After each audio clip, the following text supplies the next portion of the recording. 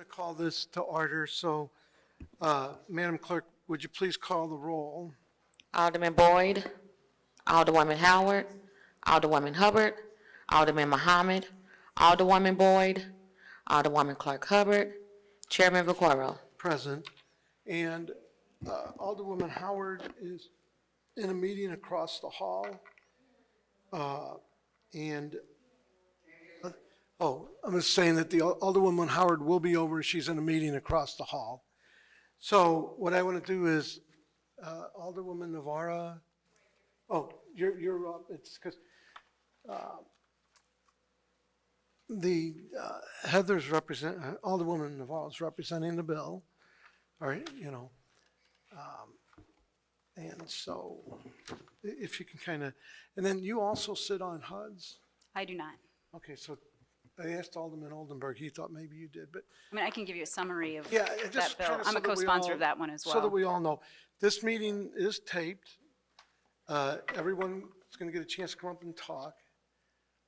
I really think that after this, I think the most important thing is that we put together something that we know makes sense to neighbors. I've had neighbors call me that feel like, even though nothing stops the vacation from coming into a neighborhood, neighbors that have called me say, gee, you know what, you're legitimizing them by charging a fee. So, that just to give you my thought, but I'm sorry, Alderwoman Navarro, and I see Alderman Oldenburg came in. She does not sit on HUDs, but she can give me a summary. Sorry? I might have you explain what's going on in HUDs. Okay, I'm sorry. Alderwoman Navarro, it's yours. Thank you, Mr. Chairman. I will give just kind of a brief overview of Board Bill 222. I know that the sponsor presented on this bill to the committee a couple of weeks ago, Right. And our primary purpose today is to make sure that we hear from the public about this, but I do want to just give you a brief overview. So Board Bill 222, what we are attempting to do with this bill, and then there is another bill in the HUD's committee, which is Board Bill 223, which also would regulate short-term rentals. And what we are attempting to do here is balance the needs of homeowners who are looking for an opportunity to earn additional revenue by taking advantage of the short-term rental option, along with all of the other needs of our city, from making sure we have enough affordable housing, that we have long-term rental options available, and then also making sure that we're able to maintain a sense of community and quality of life in our neighborhoods. We know that when a home is operated as a short-term rental, that there are things that come along with that are not typical of a regular single-family home, for example, whether it's parking and trash, and I expect that we'll hear more about that later. So what this bill does is set up a framework where we can regulate this industry, essentially, because right now, we don't have any rules on the books that govern short-term rentals. So this would set up a framework for permits and inspections, and then and also as well as a board that would come up with policies. And if any owner is not complying, then we would be able to pull that permit. There would be a whole process in which we could enforce compliance with this. The bill is not terribly long, so I encourage everybody to look it over. It does set up a board that would create policies that would be a little bit more nimble than if we were to have to amend this bill every time a new situation arose.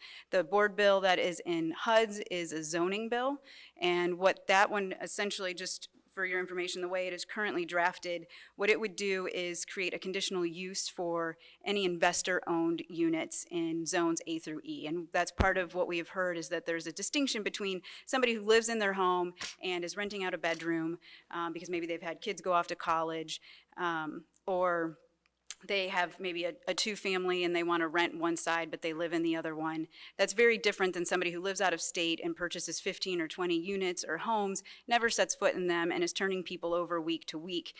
So we see that there's a big distinction between those. And so right now, the way the bill is drafted is that if you're investor-owned, you do not live on the premises, then you would have to get a conditional use permit, and that would give an opportunity to everyone nearby to weigh in, and there would be certain conditions that could be put on there, and then that permit could also be yanked if the neighbors have complaints. That's the one in HUDs. Yes, and that's the bill in HUD. So this one just has to do with the building commission and setting up the inspections and the permits, and then a board to come up with policies moving forward. Okay, and I do want to apologize to both, Navarro, Alderwoman Navarro and Ingrassia's, this has been, for what it's worth, we put this on 2 meetings prior to this, that I thought, well, this is gonna be a really quick meeting, and instead they ended up being like 2 or 3 hour meetings. And so the sponsor said, well, let's move it to the next meeting, which ended up being forever. Then we decided we're gonna do it this Thursday at 10 o'clock, but then somehow they got it mixed up over there, even though the tape said Thursday at 10. So then it became Tuesday, which a lot of people didn't know. And then Alderman Navarro called me and said, Joe, this isn't fair or right. This needs to be heard. I said, well, we're going to have an issue getting a quorum this whole week. I knew that was going to be a problem. But I will say that it was not either one, the sponsor or co-sponsor. In fact, I told them they could add my name. The reason this is where it's at. It's meetings that I set up that I thought were going to be really short, that turned out to go on forever. And their willingness to keep moving their bill to another meeting, and then this got all screwed up. But I do think it's important we hear it. This doesn't mean this bill is a dead bill. It just means it's really, if it goes to the next session, that's in April. That means it would be first read and assigned to committee. I would love to see these bills paired, put both heard in the same committee or maybe even in legislation. Which is almost typical of a bill that when somebody's a sponsor, they usually put that bill, if they can, and legislation is certainly open to that. And my offer to keep my name on it is there. But I did want to apologize, and we're all here today because Heather called and said, Joe, I had all these people coming, so. Thank you, Mr. Chairman. And so it is not the sponsor's fault that this has been a mess. I will take the blame for the mess. And I appreciate that they've been willing to keep moving it around. So if you want, what we can do, we can either do a sign up, well, why don't we do a sign up sheet? And then just come up in whatever order, or Heather, you could just bring people up one by one and let them sign up as they come up. I think, yeah, if people just want to come up and sign up. Okay, so that's what we'll do. We'll just come in and sign up, and that's for the minutes. And you can go on YouTube, and this whole meeting will be taped, and I encourage. Yes, so if you'd like to speak. Yeah. Get your name on here, and then. And they'll just call it in the order that you signed up. Thank you. Do you mind if I sit up No, here? please. You can, I would like to have you on the committee. We only got, the problem with the committee is we lost people. You're not up here by yourself. Yeah, I feel kind of dumb, but Carol's supposed to be coming over.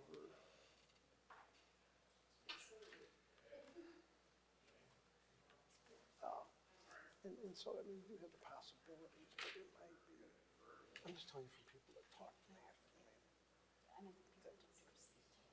They kind of feel like if we pass this, we're legitimizing it.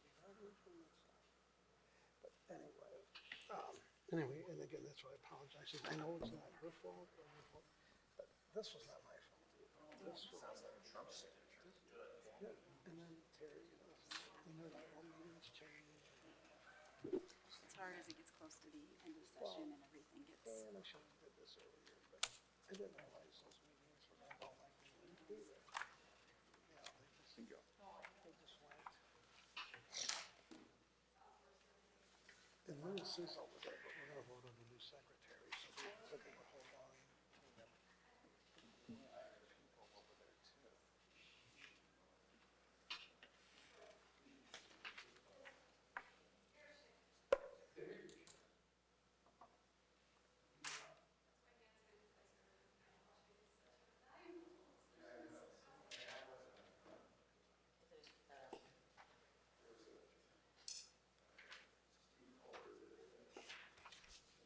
I'm gonna let you read them off. Okay. I wouldn't even be able to read, like, the one that says private citizen, but I don't. I'm gonna let you read them if you can. We'll start at the top and work our way down.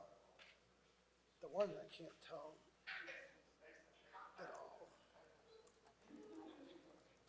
I know the guy in the yellow shirt was first. Okay, I think we got everyone signed up. And I am going to have the clerk read the names in the order they came in.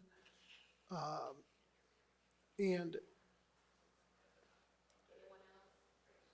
everyone that wanted to speak is signed up. Okay. Are you, Tim? Morning, Mr. Chairman. come on, if you can give us your name and, Tim McNabb. I'm a resident in Holly Hills, and my wife and I manage an Airbnb in our home, and we have a standalone property.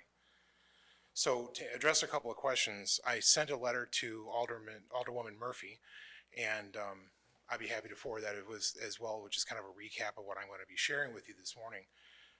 First off, there's a lot of cons that I've heard from alderpersons and people who are representing neighborhoods.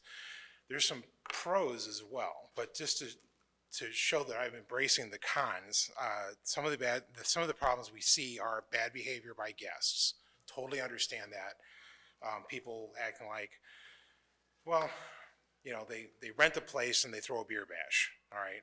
I understand that part. Short-term owners don't meet the same regulatory standards as, say, a Drury Inn or like the Fleur de Lis Inn, which is a big bed and breakfast that we're familiar with.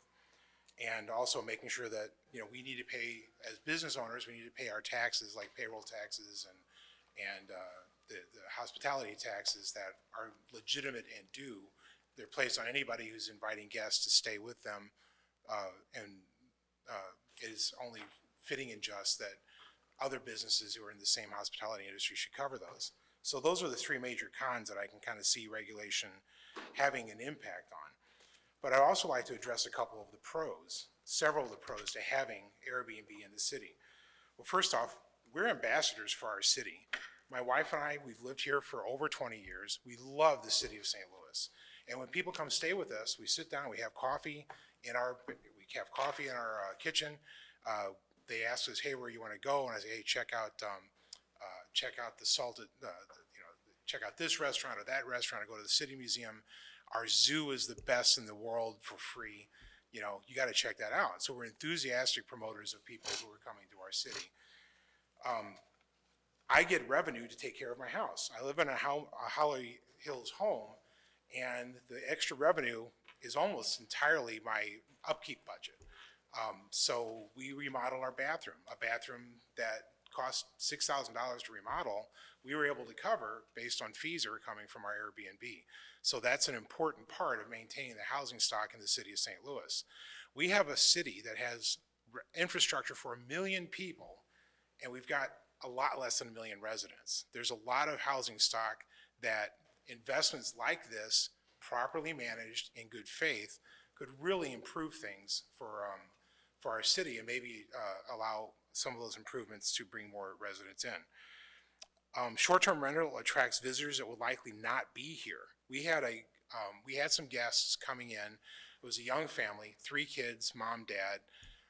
They couldn't afford $140 a night at a Residence Inn or a Holiday Inn, whatever have you not, but they could afford our B&B. They still spent money. They went out to restaurants and they went to get pizzas and they went to the attractions in St. Louis. So I know, at least in that situation, somebody who may have done a staycation in Springfield, Illinois, came to St. Louis, went to the ball games because they had to have a place that was affordable, that worked within their budget. We have reserved guest capacity. I don't think there's quite enough guest capacity if everybody who could fit into our convention center came to St. Louis at one time, I don't know if we have a place to stay for them. So we are limited by beds.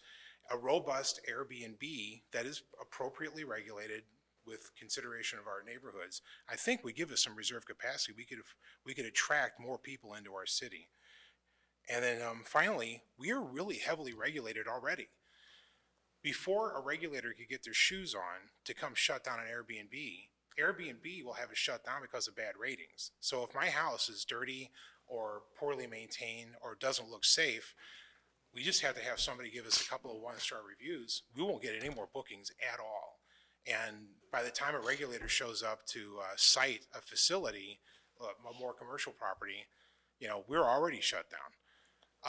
An Airbnb is a different type of facility than, say, a hotel where there might be 150, 200 guests. If there's a fire in my home, no one's going to get trampled by 50 people trying to exit the same floor. We're all just going to leave the house like you would normally leave a house. We've got the best fire department in the United States, so an Airbnb is not going to provide an opportunity for a mass casualty. When it comes to health, we're not going to have an outbreak of Legionnaires in our house or in our standalone property. You know, we're not going to have 300 people exposed to the same pathogen at our place as you would. So the regulations do need to be a little bit different, and they need to be, I don't think they need to be quite as robust because of some of those issues. So we talked about health and safety, traffic and parking, whether it's one family staying every week or one family staying for a 2-year lease, at least in our properties, the parking is the same. Now, I don't let people rent our property for a beer bus, so we actually will look at who's wanting to book our property, and if it's a 22-year-old, you know, we kind of look at that askance and we ask among ourselves, hey, have you ever had this guy? And sometimes we found out that this is not the kind of person we want to rent to for the health and safety of our neighborhood. I'm open to a shall issue permit regime where the city will give a short-term rental, say 120 days in a calendar year. If they're going to rent more than that, then they do need to get some kind of a permit. I would like for the permit to be shall issue rather than may issue. And then finally, that would allow people who are kind of getting into the industry to try it before they buy it without having to go through a whole lot of effort only to find out they're not very good at it. Collecting taxes. When we visited Belize a couple years ago, the Belizean government collects taxes by a ledger. You fill out who was a guest and what their cost was, and then you calculate, the property managers would calculate what your taxes are. I'd be happy to send it. I'd love to send a check to the city of St. Louis because that means I'm making money. So as long as it's a fair tax and it's not onerous to comply with the tax, I'm fine with paying fair hospitality and property taxes. Well, I'm already paying property taxes, but I'm fine with paying hospitality taxes. It seems only fair to do that. So I don't think anybody who runs a business is going to object to something of that nature, with meaning that it's not an onerous regime for reporting. As far as guests behaving badly, I'd like to address that. It's already illegal to disturb the peace in a neighborhood. I would, we've had problem neighbors in my Holly Hills neighborhood. We have a nice neighborhood, and we've had people driving up, selling drugs, acting the fool, and the police take care of it. We contact our neighborhood stabilization officer, and it's a lengthy process to get it taken care of, but it can be taken care of. I'm open to a accelerated regime where you get a complaint from the neighbor, the police go by, and it's like, wow, these guys are really being jackasses. So if you walk in, so if the police officer walks in and say, hey, if we got to come back out here again, we're going to lay a pack up and get out notice on you. And that means if you're disturbing the peace and at the police officer's discretion, you tell the guests that are there, get your stuff, beat it. I don't care where you go, you just can't stay here. Then I think that would quickly mitigate some of those problems that you might have otherwise, that you can't just kick somebody out who's on a lease. But if they're a short-term rental, they're just being a bad guest, and issue the property owner a citation, that sort of thing. There's a 31-day limit that I'd like to address. Right now, we have 2 visiting nurses who've been here for longer than 31 days, and they're an important resource to Barnes and Mercy Hospital, and they're delightful guests. They're great. They're not any problem whatsoever, and they're bringing a vital service to the city of St. Louis and the region. The 31-day limit will actually will not solve the guest behaving badly problem, which I think is a legitimate concern, but rather it'll also eliminate people who are unlikely to cause trouble. Because if you're a long-term guest, you're not here to have a long 31-day party. You're here to work for a while, that sort of a thing. So I'd like to see that stricken, absolutely, from the bill. And the occupancy issues are already mitigated by the fact that all of our places have occupancy limits. And finally, this is my last point. If you're going to have a task force, would you please invite short-term rentals? I think that people who have a problem with short-term rental, they should be represented, but also people who are running them should be represented as well. That could be by appointment. I'm working to get a short-term rental group together that'll act like a community association for the STRs. So at least there's a body that is being involved with that so we can work things out. Thank you for your time, and I'm open to questions. Yes, Alderwoman Navarro does. Yes, ma'am. Great, thank you. Mr. McMahon? Is that- McNabb. McNabb, okay, great, thank you. One question I have about, so it sounds like you use primarily Airbnb for the platform? VRBO tossed us off their platform. One, they didn't do home base. VRBO only wanted to do standalone properties, ironically. But the home base, they just quit booking for us. And so we're just using Airbnb as a booking agent. There are other potential booking agents out there that we might get contacts from, but from a practical standpoint, it's just Airbnb. Gotcha. Well, and I just also want to say thank you for sharing your story and for being, responsible thank you. host. In terms of the comments, you were talking about how Airbnb and these platforms kind of help with the regulation because these comments are so influential. Do you ever receive comments from people, from like neighbors? Because it seems like most of the comments come from the guests. But if neighbors have issues, is there any way that feedback filters in through the platform? Well, as a practical matter, all right, so let's say my neighbor has an Airbnb and I see somebody behaving badly. I go over to him and say, hey, George, what's going on? This guy is out here, he bumped into my car with his car. Can't this guy park? Is this your cousin? Well, that's actually my Airbnb guest. It's like, oh, really? Well, why don't you talk to him about not parking like a knucklehead, okay? That kind of communication, rather than running off to a government or the police, that's how I handle things. And I think that's actually the most effective way to do it. So we had a problem property in our neighborhood. It wasn't Airbnb. It was just clowns living there. Well, Kevin, your lessor is an idiot. They're doing all these kind of things. Oh, I'm really sorry, Tim. I'll take care of it. He took care of it. But there are other people, like we have a standalone property. The commercial property owner, it's like impossible to get them to cut their weeds down and pick up the trash. I'm over there picking up their trash all the time. And so even though a neighbor can't go to Airbnb and complain about a property, because you don't know where the property is until you actually book it, right. I'm open to having a kind of like a complaint line that is managed by like that community association for Airbnb. So let's say I'm one of 5 people on the board. We get a complaint through Facebook about a property.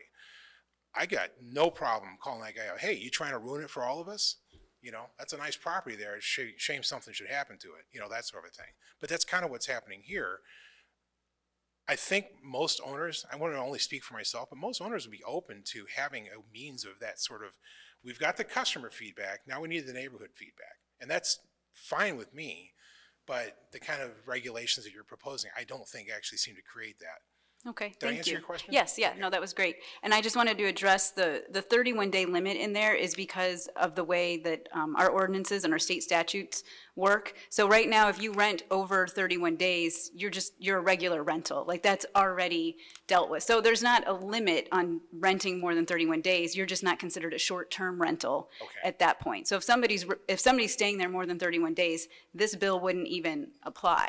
Okay. It's so only applying to rentals that happen in time periods less than 31 days. Okay, well so just to paraphrase what you're saying. So you're saying that if my nurses who are staying with us, right? They have a month-to-month lease, essentially, They're right? basically on a month-to-month Yeah. lease. And so they would not fall under this regulation at all, even though so does that mean I don't have to pay the taxes on them? I'm not going to answer any questions about taxes right now. I'm just saying that it wouldn't be considered, anything over 31 days When the is regulator not comes by and defined as a says, short-term rental. I understand you've got a short-term rental. Oh, no, Nurse Ashley there, she's been here for over a month. Oh, okay, never mind. Right, yeah, that's not, Okay. yeah. Well, that actually makes a lot of sense. Because you already have the right to rent out your property for, a month or 6 months or 2 years. So you're really just addressing, the We're 31-day limit is, this is how we're defining a short-term rental. Right. Not saying you can't rent longer than Right, the issue is we don't have regulations on the books if you're renting your property for a week or 2 weeks or to a different person every other weekend. So that's what this is about. So I just wanted to let you know. All right, well, not to monopolize the time here, but it sounds like I'm asking and answering good questions.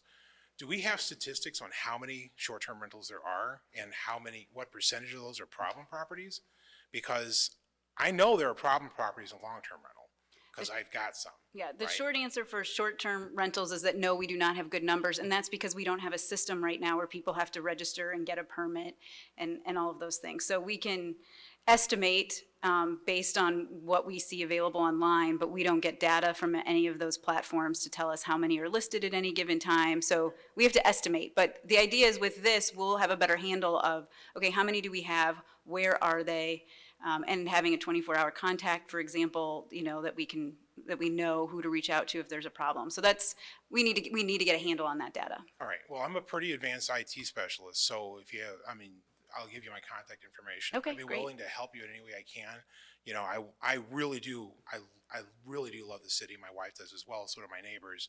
We want to do what we can to both make it a welcoming place, but also to tell people who are business owners, hey, you're welcome here. And, we're not going to be overly onerous. I think that was our first impression, was like, oh my gosh, really, they got nothing else to do. But having addressed it a little more thoroughly, I can see that this is something that's worth looking into and coming up with. Anything else? All right. Thank you. Mr. Chairman, Thank you so I yield the much. floor. Thank you. Rachel.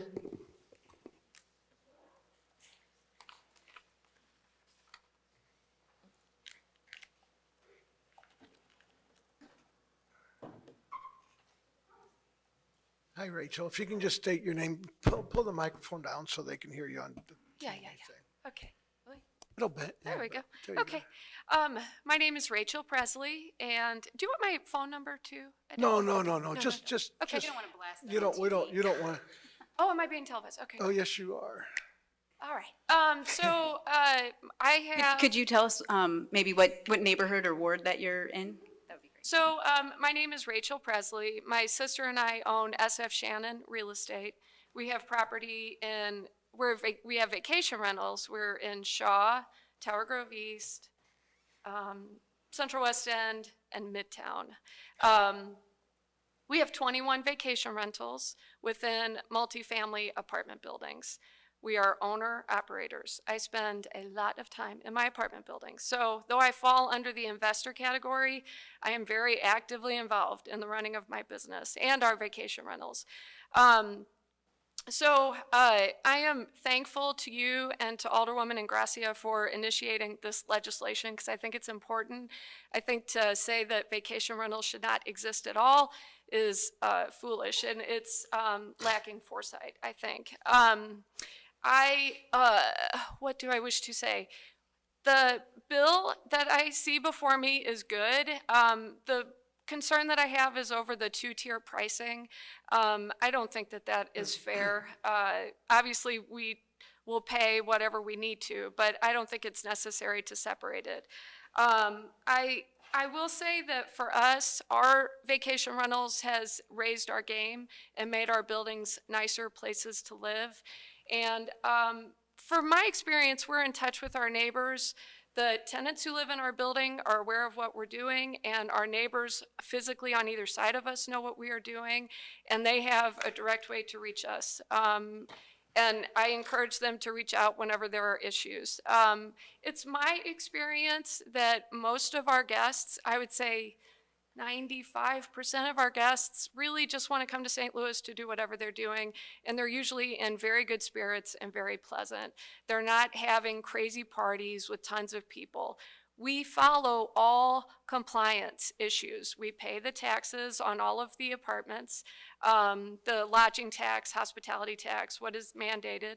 We have housing conservation certificates on our properties. We pay our property taxes, obviously, maintain our properties. So we're trying to be as responsible as possible and good stewards. I live in Compton Heights, and I know that there are a couple of buildings and homes in our neighborhood, primarily residential neighborhood, that have Airbnb. And my hope is that that would cover under the neighborhood association guidelines. There's not enough teeth for people who have bad problem properties next door to them. And I know that there are a lot of people who are angry about having a vacation rental next door to them or in their block. I don't know what the right response is to it, except to have healthy legislation that doesn't impede business. And then, I also know there are so many different levels and players involved, including lodging, hotels, traditional bed and breakfasts, et cetera, that have an interest as well. So I think a task force is a good thing, and I know I would certainly be willing to help with that. What I will say is, and what I encourage the city is to just offer a healthy balance and seek that out where they can. Because I know that it's there, and I know that so many people I talk to, while they don't want it next door to them, when they go online tonight, because one day they will travel, I know we will, they're going to go to Airbnb or HomeAway or whatever platform because they want to be in a cool neighborhood. And St. Louis has such beautiful neighborhoods, so it's a nice way to experience our city. And we are ambassadors, and I know that I am. I will say without a doubt that we have increased the property values in every one of the locations where we are. I almost would like to have a vacation rental in every single building that we maintain, because we do a better job at maintaining that building and being better stewards for the properties while we have them. So that's what I have for you. Thank you. Yes, Any sir. questions? Okay. Thank you so much. You're welcome. No, that's it. Okay. You're fine. Daniel.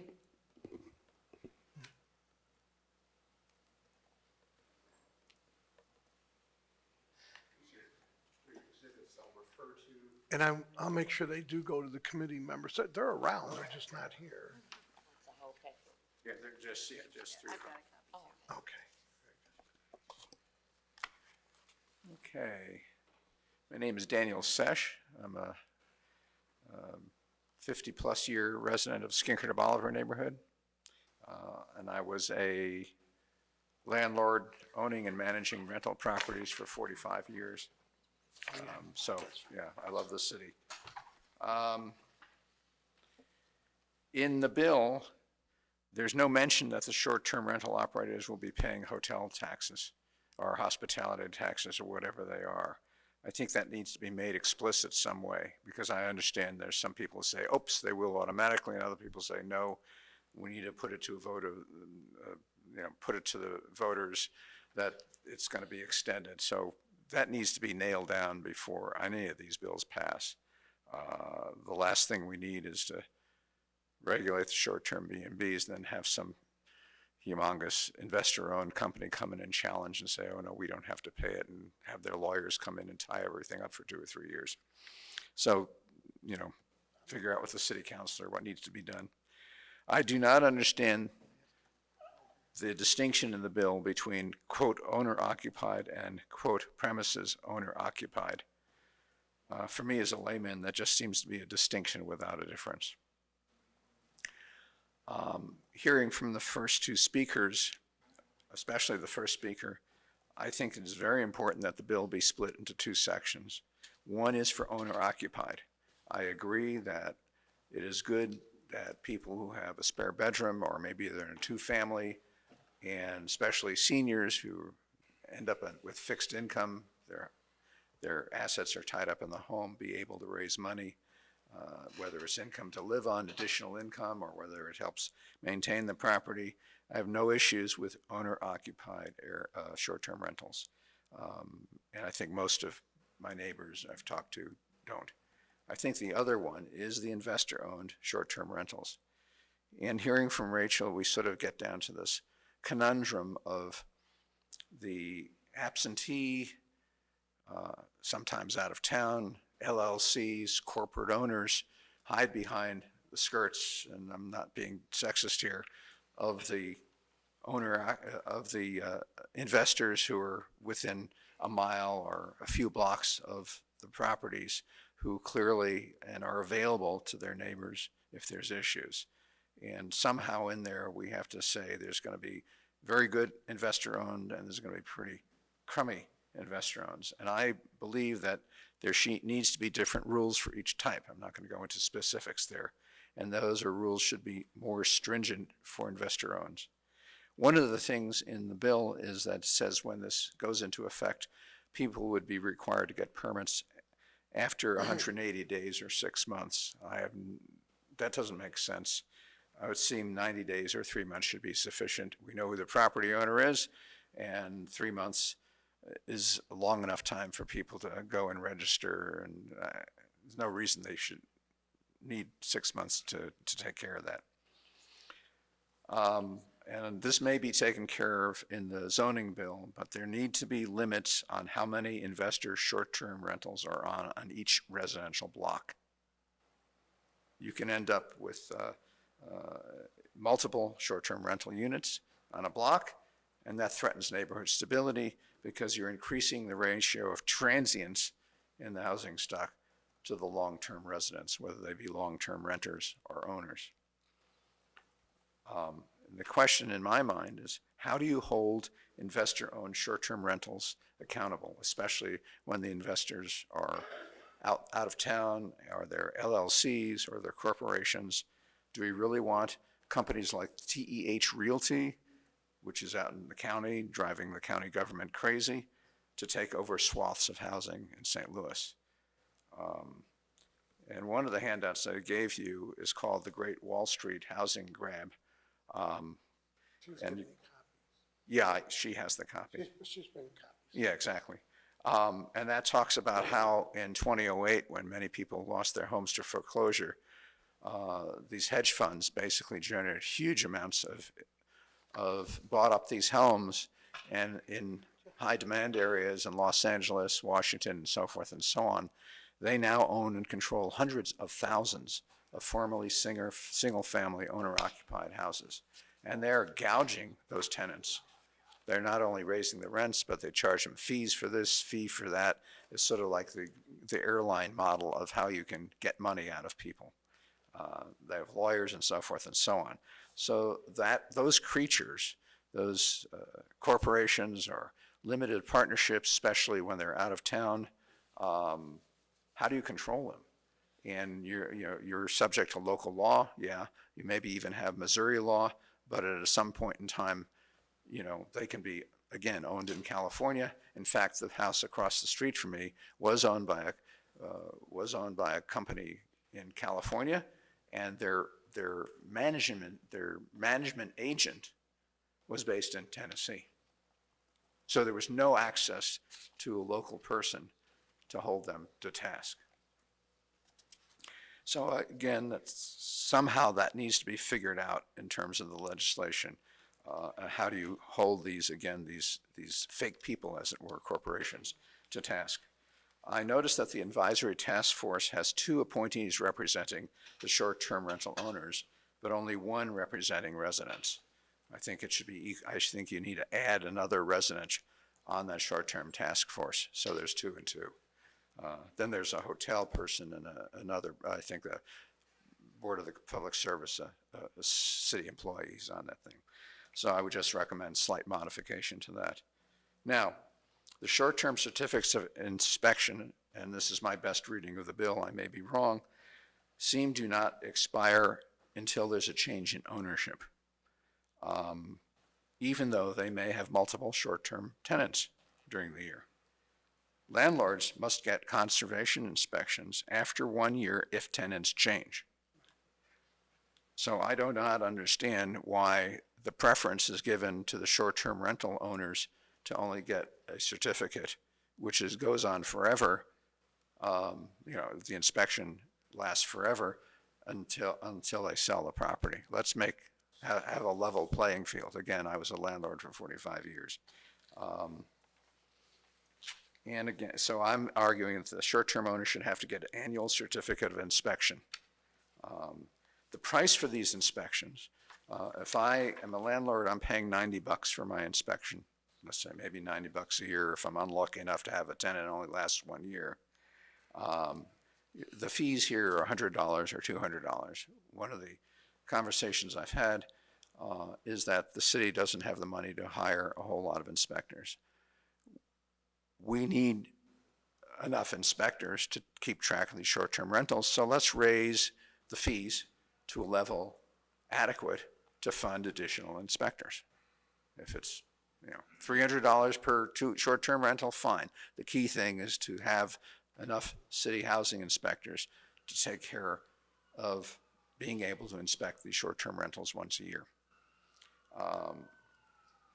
The other thing, and I've given you an overview of the housing conservation thing, is housing conservation limits residents to 3 unrelated adults.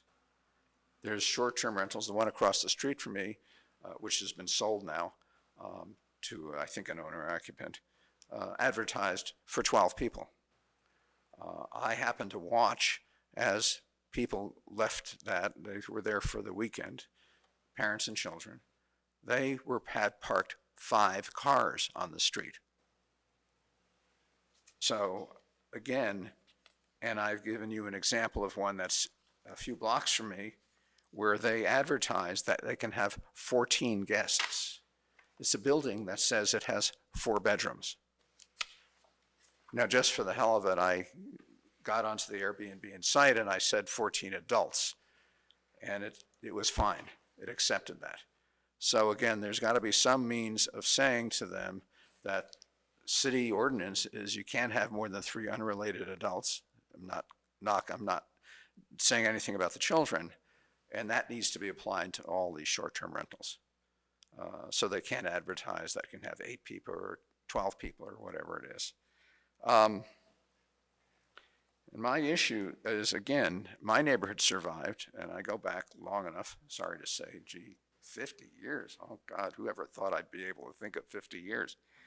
But we were block busted, white flight, and we survived as a diverse neighborhood, which we still are, a stable, diverse neighborhood, because you got to know your neighbors. You knew who lived next door to you. You knew who lived across the street.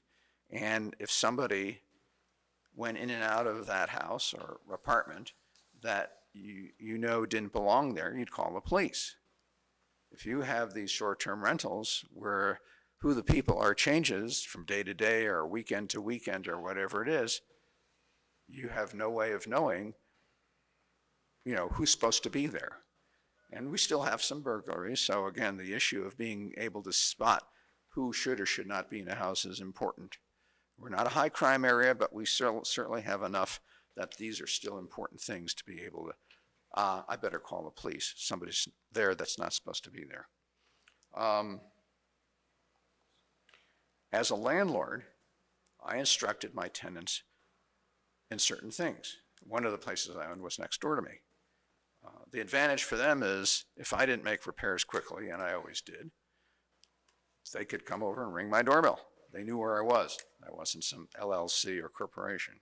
But the other thing is I had interaction with them. I could say, we always turn our porch lights on at night. And if they weren't doing that, I'd go and remind them. This is what you do with the trash. This is what you do if you see something, you call the police. So there was heavy interaction between myself and my tenants and also to get them involved in the neighborhood. Again, long-term residents, whether they're renters or owners, are people who come to like the neighborhood. They go to neighborhood events, they get to know their neighbors, and they contribute to the stability of the neighborhood. So somewhere in there, we have to make sure that short-term rentals don't start undercutting neighborhood stability. Maybe it's the limits of how many could be on a block or whatever, but we need to figure out some way to build in the structure that requires, that leaves the balance of neighborhood stability in the hands of resident owners or long-term tenants.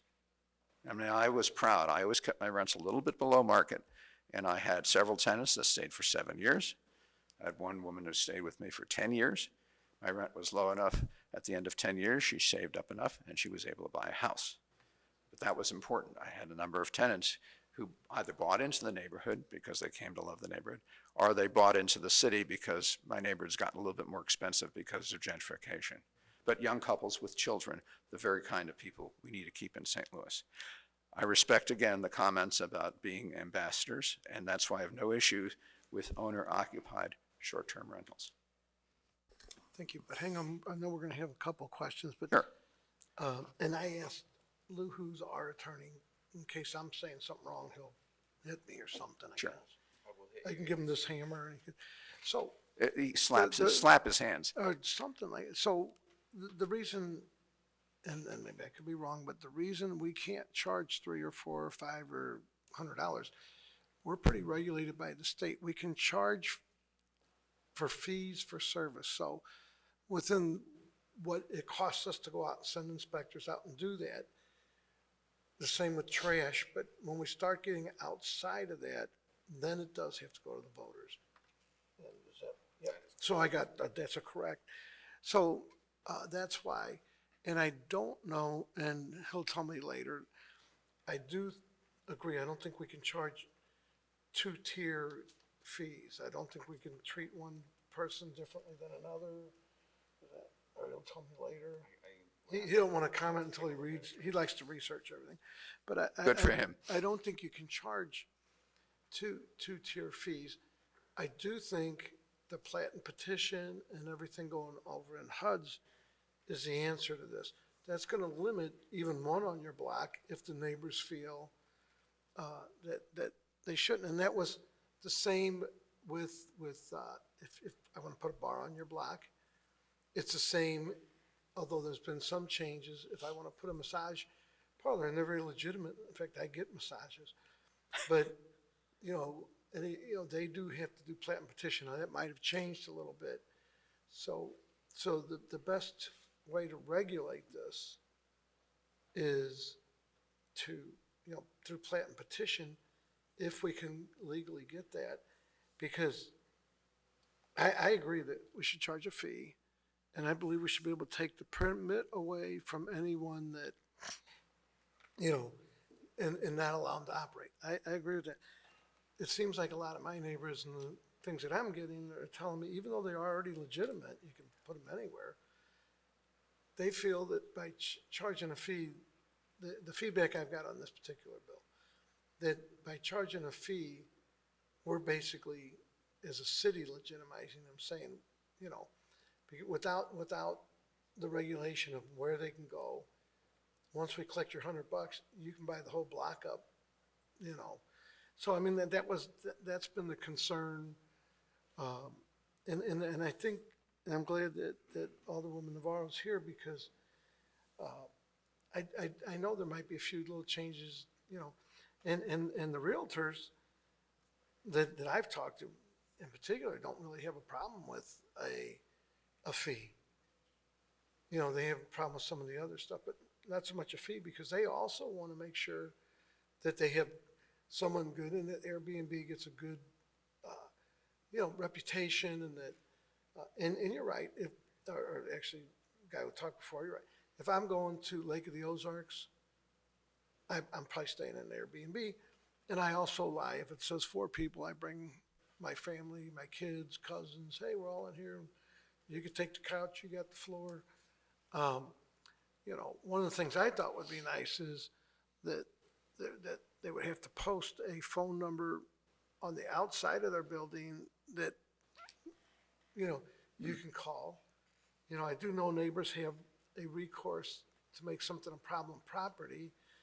The issue with that is that's a 2 or 3 year project that, you got to get them on the list and they have to abate the, So, I mean, this has been a tough one because I actually started on this probably 3 or 4 years ago. And it seems like every time we try to move, I get less flack from the Airbnb people because they feel, well, yeah, we welcome a permit process. And we want to know that when people come that, but then the people that have them on their block are going, oh, then as a city, we're legitimizing them. So when you pass something like this, at least the feedback I got is, now you've just opened up our whole block. Then everybody that wants to, they can say, no, I got my $100 permit and I'm going to, So that's kind of been what's sort of difficult with this legislation, and I like what's going on in HUD's. But I'm going to let Alderwoman Navarro. Thank you, Dan. I do just want to clarify, the bill that's in HUD's does not require plat and petition. There is a zoning piece to it, but it doesn't require plat and petition. So just if anybody was concerned about that or had questions.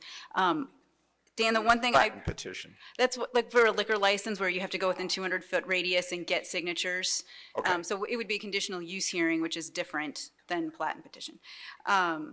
In terms of you had asked about the 180 days, and I just wanted to clarify that the effective date for this is just when this goes into effect, because we know that the building division, if we take everybody who's been doing short-term rental and say, you've got to show up tomorrow and get a permit, there's no way the building division could Sure. accommodate that. So the idea is it really is giving the building division time to go through all of those applications. So within those 180 days, you have to apply. But then after that 180 days is over, that's it. If next year, if this were to pass and go into effect, in a year, if you wanted to start a short-term rental, you would have to show up on day one to get a permit. So that 180 days is just to give the folks who have been doing it right now, we're not going to say you have to shut down until the building division gets to your home. So it just kind of grandfathers you in for that first 180 days, and then after that, everybody needs to comply the first day they start to do this. Okay. So, Can I but thank you. respond briefly to Alderman Vaccaro? Sure. Oh, by all means. I'm taking notes as you're Okay. talking, so if you want to let me know, and as we've said, this is all being recorded, so. And he raised a very good point about that it has to be fee for service. So if in fact the $90 or $150 that I pay as a landlord to get my place inspected, and I will urge annual inspections, that should be changed, is in effect justified by the number of inspectors needed. Wouldn't it be possible then start off with $100 or $200 or whatever the number is, and then see how many people register for Airbnbs, to have Airbnbs, and then say, aha, to inspect all these things annually, we now need to add 10 inspectors. And so then somebody does a budget and says, aha, these 10 inspectors are going to cost the city $50,000 each. We need $500,000, and say, aha, we now have 200 Airbnbs, and then you then adjust the fee to reflect the cost of the additional inspectors. So then nobody could challenge and say this is beyond the cost. You could say this is the actual cost of the money we need to raise to have these additional inspectors. Sort of what's the word? Well, the Hancock Amendment is what stops us. But you understand what I'm trying to do is to sort of get to the way to cut the Gordian knot, where you can then adjust the fee once you get a feeling for how many additional inspectors are needed for these Airbnb inspections. You could then adjust the fee to pay for them, and nobody could challenge it. Well, they would, because what they would say is that these inspectors are not solely only for those. Those inspectors would be not only inspecting Airbnb, they would be inspecting buildings and whatnot. And then we would have to justify under the Hancock Amendment, we would have to justify that it's not a tax. We can charge for fees for service, and that's how we get Right, around the trash right. thing. You know, it costs us, in fact, we actually still lose money on the trash thing, but we can charge for fees for service. Right. But when that fee becomes more than it costs us to actually do it, it becomes a tax. And then it would have to go to the voters. Well, what if you segregated the additional housing inspectors and called them Airbnb conservation inspectors, and then it would be a separate budget item? And you could, but what happens once the Airbnbs, they're not going to, I mean, once this is all caught up to speed, you're not going to have, I'm just saying they would, you know, the openings for lawsuits, Sure. you know, and so they're not going to mess with some small communities that come up with a bunch of rules. New York couldn't get it through, and, you know, they're not going to let St. Louis be the leader in how we regulate this. But we do need to come up with some real, because I got the same issues. The neighbors want them out of my neighborhood. Sure. They don't like them. They don't want them on the block. Mm-hmm.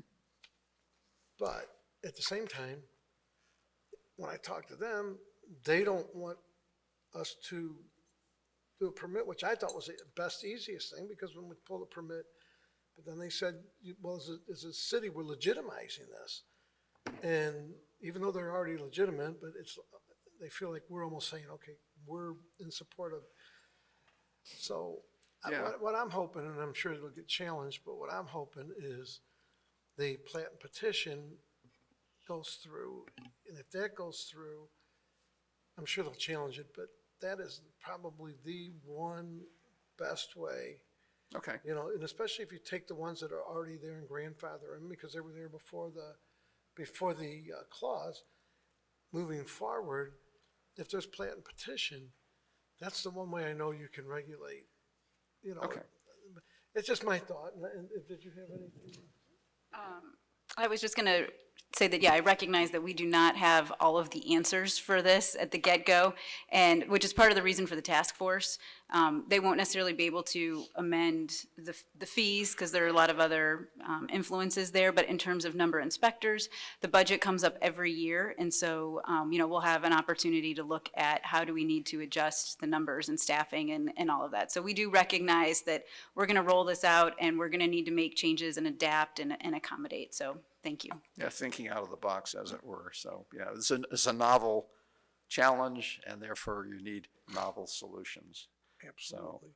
And When we get this one solved, we might actually be able to solve housing and homelessness while we're at it. These are all, because no matter what, it's really funny, and I'm sure the other aldermen get it. If you do this, we're gonna beat you up, we hate you, and you get the other side. If you do this, and to be honest with you, I don't worry about that, but I do worry about that we put out good legislation that if it does go to court, we'll win.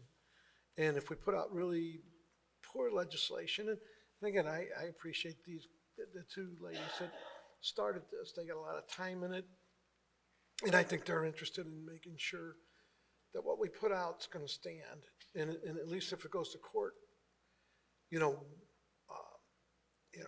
we got good attorneys and, but we wanna win. We wanna make sure we put legislation in place. well, I'll be happy to share my thoughts, and I'd be willing to serve on the task force, although there'd probably be competition for that. 500 people want to be the residential person, but anyway, that's neither here nor there. Thank you very much for hearing Oh, me. no, God bless, thank you for coming. All right. We're gonna move down the list only because we're getting closer to lunch and I'm diabetic. That's true. The good news is we're not all sitting within 6 feet of each other, so nobody should die from coronas today. I hope. Looks like the first name is Kim, last name Humphreys, maybe? Oh, Ken? Ken, how you doing? Come on up. If you give us your name. I'm Kim Humphreys. I've been a citizen, a resident of St. Louis for the last 20 plus years, 21. We live in the south side in the Holly Hills, and we are Airbnb standalone home owners. We have a property in just south in Dutchtown, which is a mile from our home. Much of what I was going to address has already been covered, so some of this will be quick anecdotal information and just get interested or get myself introduced to the group as well. Over the last 3 years, I've been, out of necessity, developing a self-employment plan. There's 3 tiers to it. One of them is this property, and we've owned a few homes, and we identified and spotted a place, and like I said, is South Dutchtown, Blockoff Grand. When we bought it, it was an extremely degraded, scruffy property. We had it inspected. It had good bones. We moved ahead, and the neighbors immediately became curious. Nice, quiet block, good folks, partly rental, partly owners, and they were curious who we were, what we were doing, but extremely warmly received. It was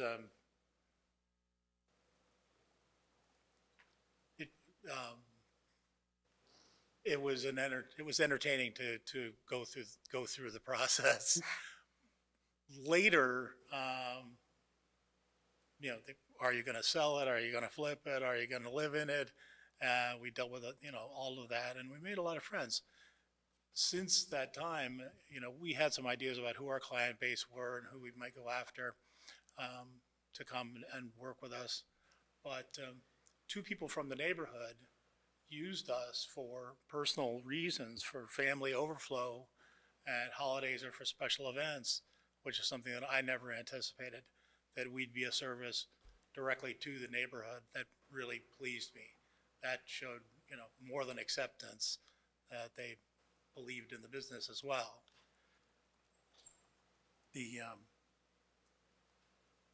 We opened late quarter, fourth quarter 2018, and it's, there was quite a bit of engagement and new discussion, and so it's been kind of an interesting ride from there to here, from what we thought we were getting into, and quite a few changes that, so far we're, doing fine.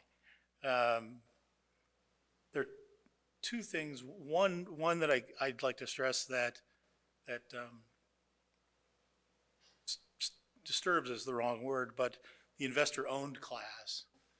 I live a mile from my property. I sit on it like a mother hen.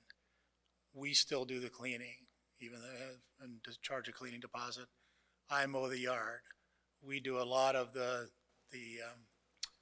sweat equity work in it as well, and plan others accordingly. But I don't feel that I'm in the same class as the person with a 900 property portfolio and multiple property managers who doesn't live in the region. And, I feel like that category is far too broad, and that perhaps some other descriptor could be brought to the forefront that shows, if you live within a mile, 2 miles, if you have daily, what's your contact with your property, daily, weekly, monthly. I drove by on the way here today and the alley to see how things were at my baby. Just a little, I'd like to chime in on that one as well. The 31-day rule, for lack of a better word, had confused me. I didn't know until just now that there was no effect. I didn't know what happened after that 31-day passed, and was it a vacuum? Were there new rules? I know the tax situation changes, and I was pleased to hear that come up today. So, like I said, much of what I was going to mention, there's no reason to cover it twice. There's plenty of other people in line. Kim Humphreys, long-term St. Louis, love it. And we do a lot with longer-term people, travel nurses. I have contacts in the arts, in music, in theater.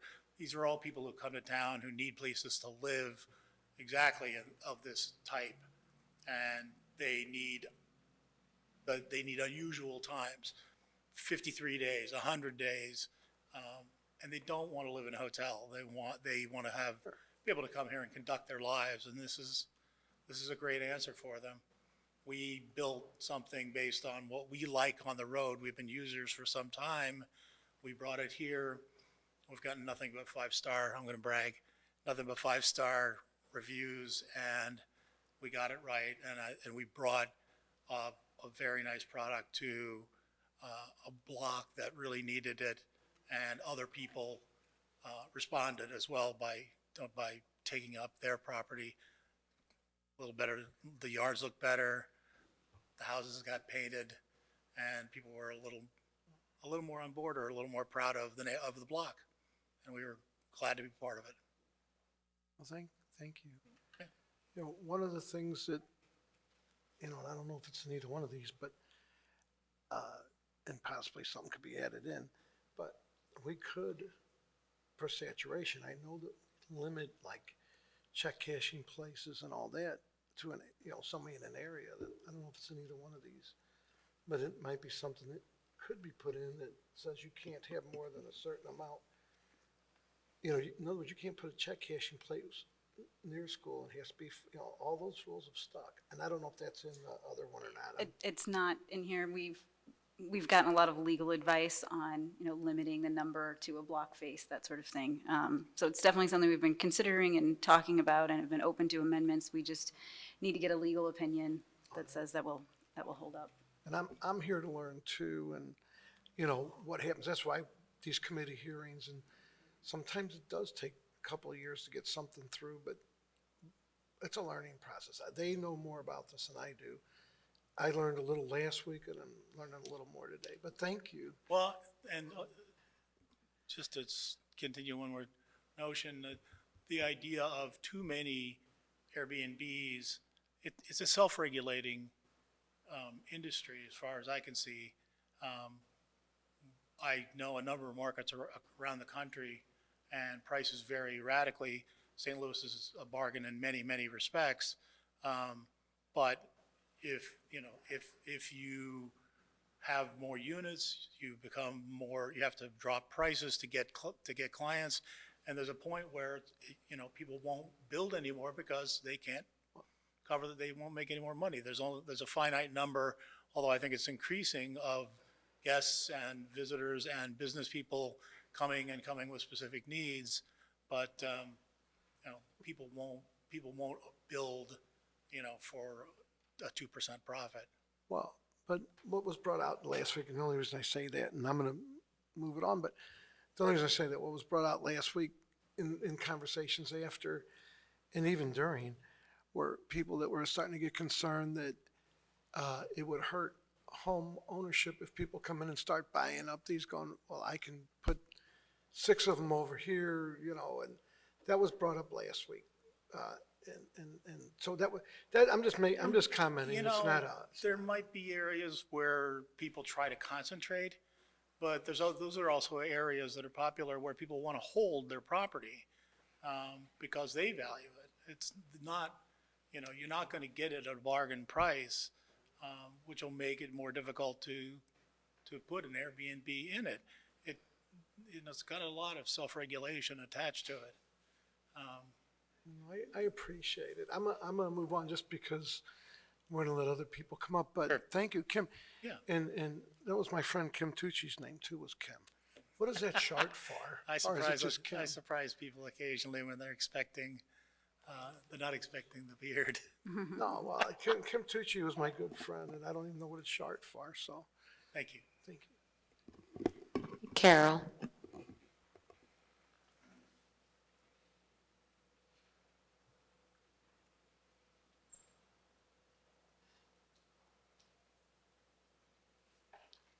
Carol, if you can just give us your name for the tape. Yes, my name is Carol Ray. I am a homeowner. First of all, I see that these are all owners as opposed to residents. And just for the record, I'd like to say, I had organized many neighbors to come, but I'm not laying any blame, but because of all the different timings of all these meetings, I unfortunately am the only one who was able to attend today. That's fine, but we were pretty much, this one was definitely, if there was No, any there was one confusion- for a couple weeks ago that was Right. on that email for a totally different date. Right. Then it was going to be today. Then we were told on Monday, midday, it was going to be Tuesday. Well, and And then suddenly it was going to be back on. We're working class people. We can't take off in the middle of the day.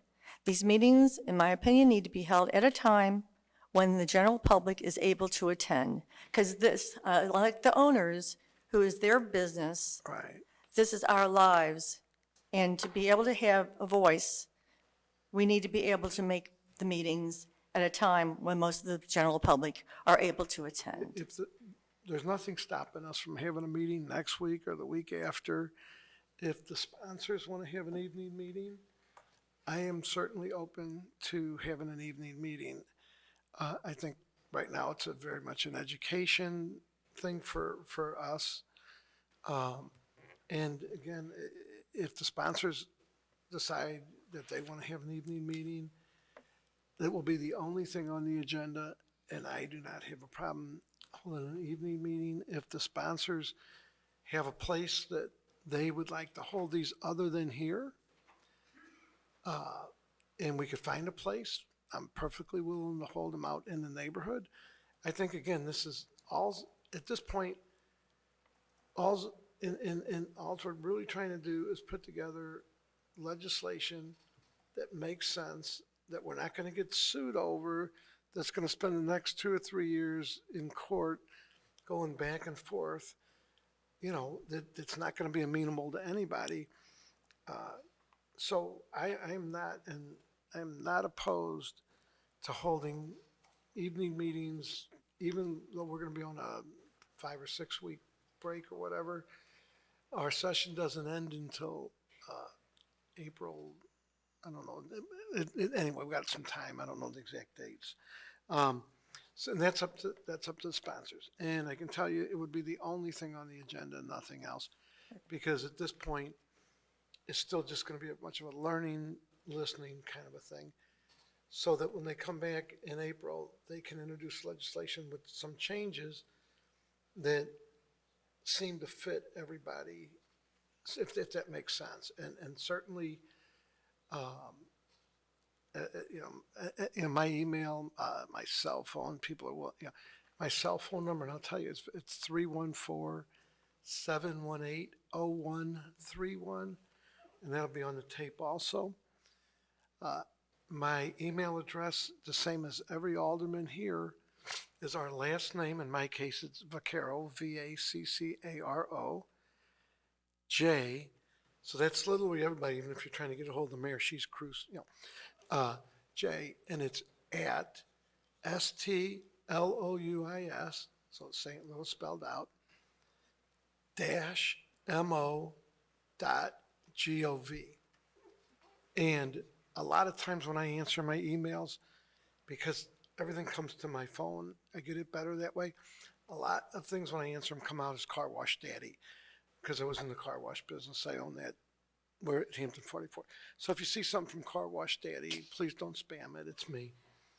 So I just thought I'd put that out there. Anyway, so, and I'm certainly amenable to an evening meeting, even in the neighborhood, if that's what everybody wants to do. I could promise the sponsor and co-sponsor that they just let me know, and we'll pick a date. If we have it here, it can't be around, although the way it looks, we're not going to be able to have fans at any of the games anyway.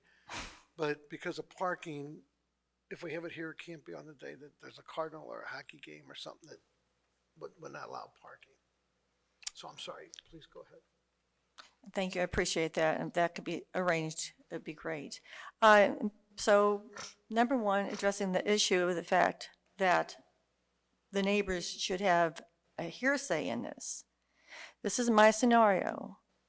I came home late at night one evening, and the house next door to me, which had been vacant for about 8 or 9 months, suddenly had 3 vehicles in the driveway, and our driveways are inches apart from each other, and a man standing in the driveway. He came over and approached me, introduced himself, and said, "Hey, I've just rented this house from your neighbor, and I'm going to turn it into an Airbnb. And that's what these cars are doing here. And I've done it with his blessing." I didn't want to upset the neighbors, so I asked him, "Will the neighbors care?" And his reply was, "No, they won't care at all."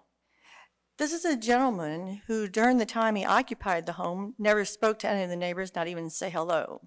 He then proceeded to tell this third party that I'm a flight attendant, I'm never home, so why would I care? He also said that the neighbor on the other side was a recluse, so why would he care?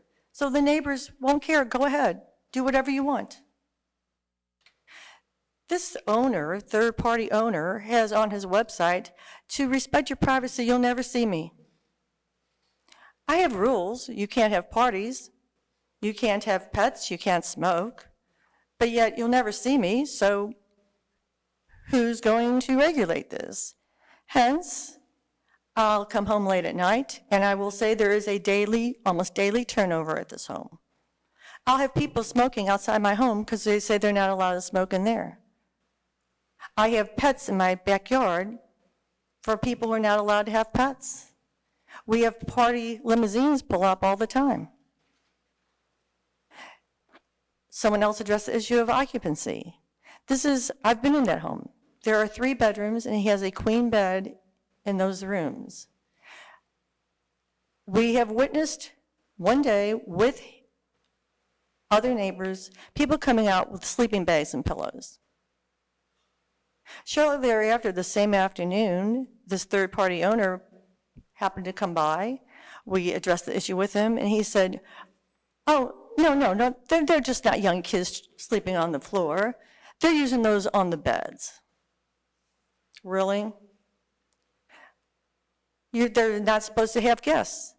There are wild parties there all the time, blocking our driveways multiple times. You can only call the police so many times. There's no parking left on the street because of all their parties. Happened again for Mardi Gras. There is absolutely no regulation. The owner, who is actually renting to the third party, has been approached numerous times. He could care less. He's like, I'm not breaking any laws. I can do whatever I want to do. Tough luck. There's a city ordinance saying you cannot operate anything of this nature within 500 feet of a school. St. Raphael's Elementary School is 4 doors down from me. But because at the time the word Airbnb did not exist, it can't be enforced. There are children who pass by my door every day, grade school children. I myself have 2 young granddaughters. Are these pedophiles? One day there was a meth lab going on. Unfortunately, by the time the police actually got there, they had packed up and gone. I have lived here all my life. I bought a home in a neighborhood in St. Raphael's Parish for community. I bought a home to live next door to neighbors. I was a single mom with 2 children. I am a single senior citizen now. If I come home to strangers, I am now living in fear. I live in fear in my own home. I bought this home so I could have a neighbors. If I have issues, if I have problems, if I need help, I go next door, I ring a doorbell, and I know those people are my neighbors and they will help me. Now I have nothing but strangers. There is daily turnover here. There is no supervision. These properties should not be allowed in single-dwelling residential neighborhoods. St. Louis Hills is one of the last stable neighborhoods in this city. You're trying to stabilize a city. This is destabilizing a community. Also, this home was my nest egg. I put all my blood, sweat, and tears in buying my home. No one is going to buy a home when they say to you, and who are your neighbors? Because this is the type of community. It's a community. Who are your neighbors? And I'm saying, I don't know. They change daily. You don't know what elements you're bringing into this neighborhood. They could be rapists. They could be anybody. Did I hear? I'm sorry. I'm sorry I have the floor, and I would appreciate, I respectfully listen to everyone else, I agree. and I do not appreciate the fact that I am being juggled from the audience. And if it would continue, I'll ask her to step out or have the marshal take her out. So continue, please. Thank you. I'm sorry, I'm not going to continue with her in the audience. I don't think this is fair. But it's fair. She's fine. If she does it again, she's been warned, and she won't react again. But and I understand what you're saying, and I understand that you don't know the people that are coming in. I understand that certainly this, like a pedophile or I don't know how they tell rapists, but you don't know who's coming in the neighborhood. That's my point. I understand that. I'm a homeowner too, and I get all this. I just, I get it. I mean, I am on the side of the homeowners, and I sat with the people from 16 and 23 that are most affected by this. I started on this 3 years ago. It's about effective legislation to deal with it. If we could just say no, we would. I don't think there's an alderman out there that wouldn't say, gee, you know what, I'm gonna stand up for my neighbors, they don't want this, and no. The issue becomes, there's tons of all these different laws. There's, I'm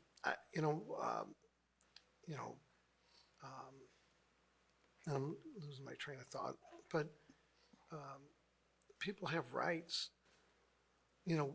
There's houses in my neighborhood that I would love to go kick the door in and tell them, get out. But they have due process. And that's what slows, I know sometimes figure, well, my alderman's just not doing his job. That's been a problem property. It takes literally, I started on one 12 years ago and finally got the thing tore down because of due process. They go to court, there's attorneys, it goes back and forth. The biggest fine that we can issue in the city of St. Louis is $500. Most of the time, it's only $25. It's because we're bound by the Hancock Amendment, we're bound by state law, that believe me, if I had that power to say, this is a problem property and you're out of here, we had one in our neighborhood. We got some Airbnbs, and we had one, and it's only one that I've gotten complaints about, and it's because of people coming and partying, and they're on vacation, and we're working, and they're up at midnight and whatever, drinking and having a good time. We did come to somewhat of an agreement with the owners, and I know that the neighbors that are around it are mad at me, saying, Joe, you're not doing anything to deal with it. Again, because we're bound by all these laws, we're just a municipality. We're bound by state law, federal law, and that's what makes it difficult. And due process, the same thing that you would want if we came to your house and said, you're a hoarder or you got a bunch of stuff in your yard, and the neighbors call and complain, which they do. We can't just go in and basically say, we're taking everything off your property because you have due process. And I just want you to understand, we're on your side. I don't think there's one alderman here that would love to see this be very regulated, somehow limit what's in an area. But again, we're bound by law. Airbnb has way more money than the city of St. Louis. But if we can put together, and again, I will say that the two alder people that have been working on this are doing the best they can. We're going to try, I know they're trying. We want legislation that isn't just thrown together that ends up in court. And you'll see sometimes legislation like that. The minimum wage in the city of St. Louis, and everybody got mad at me over that, saying, well, but I said, we can't do that because you can't just say that businesses in the city of St. Louis are going to be held to a different standard when there's state law that regulates that. And sure enough, so we passed it, and it lasted a week, and it changed. So in this isn't, whoever you're all the person and the all the people here, we're on the side of the people. It's putting together legislation that we know is going to be able to pass and pass the test of laws. Just like when the other gentleman was up talking about fees. Well, why don't we charge a higher fee? We can't. We can't even charge more than $25 for most fees. So, like when you got a house that's got housing violations and they send a letter, they just have to pay $25 for each fee, and it starts all over until you can get it in court. And then when you get it in court, it seems to go on for, again, I have two houses. One finally got taken care of. Literally, this is my 12th year here. That's how long it took because of due process. But it's the same thing that you would want. You would want due process. You wouldn't want the neighbors to say, I'm pretty sure she's got a drug house there. And then have the city come in, knock your door down to find out that really the neighbors, you don't have it. So, but that's what slows it down. I just want you to understand, I get 100%, and I don't appreciate when you laughed. I think I get mad at people that snap during meetings. I always say, do that and clear the room, because I always want respect, the same respect that you're up here speaking, the same respect that when we're talking, because I know we have groups in here that, want to snap and do stuff when I'm talking because they feel that I'm an old guy and I'm I've been called a misogynist and everything else, but, again, we're here to pass legislation that's going to stay, that's going to be here, and unfortunately, they did a lot of hard work. How many years has this been that you've been working on this thing?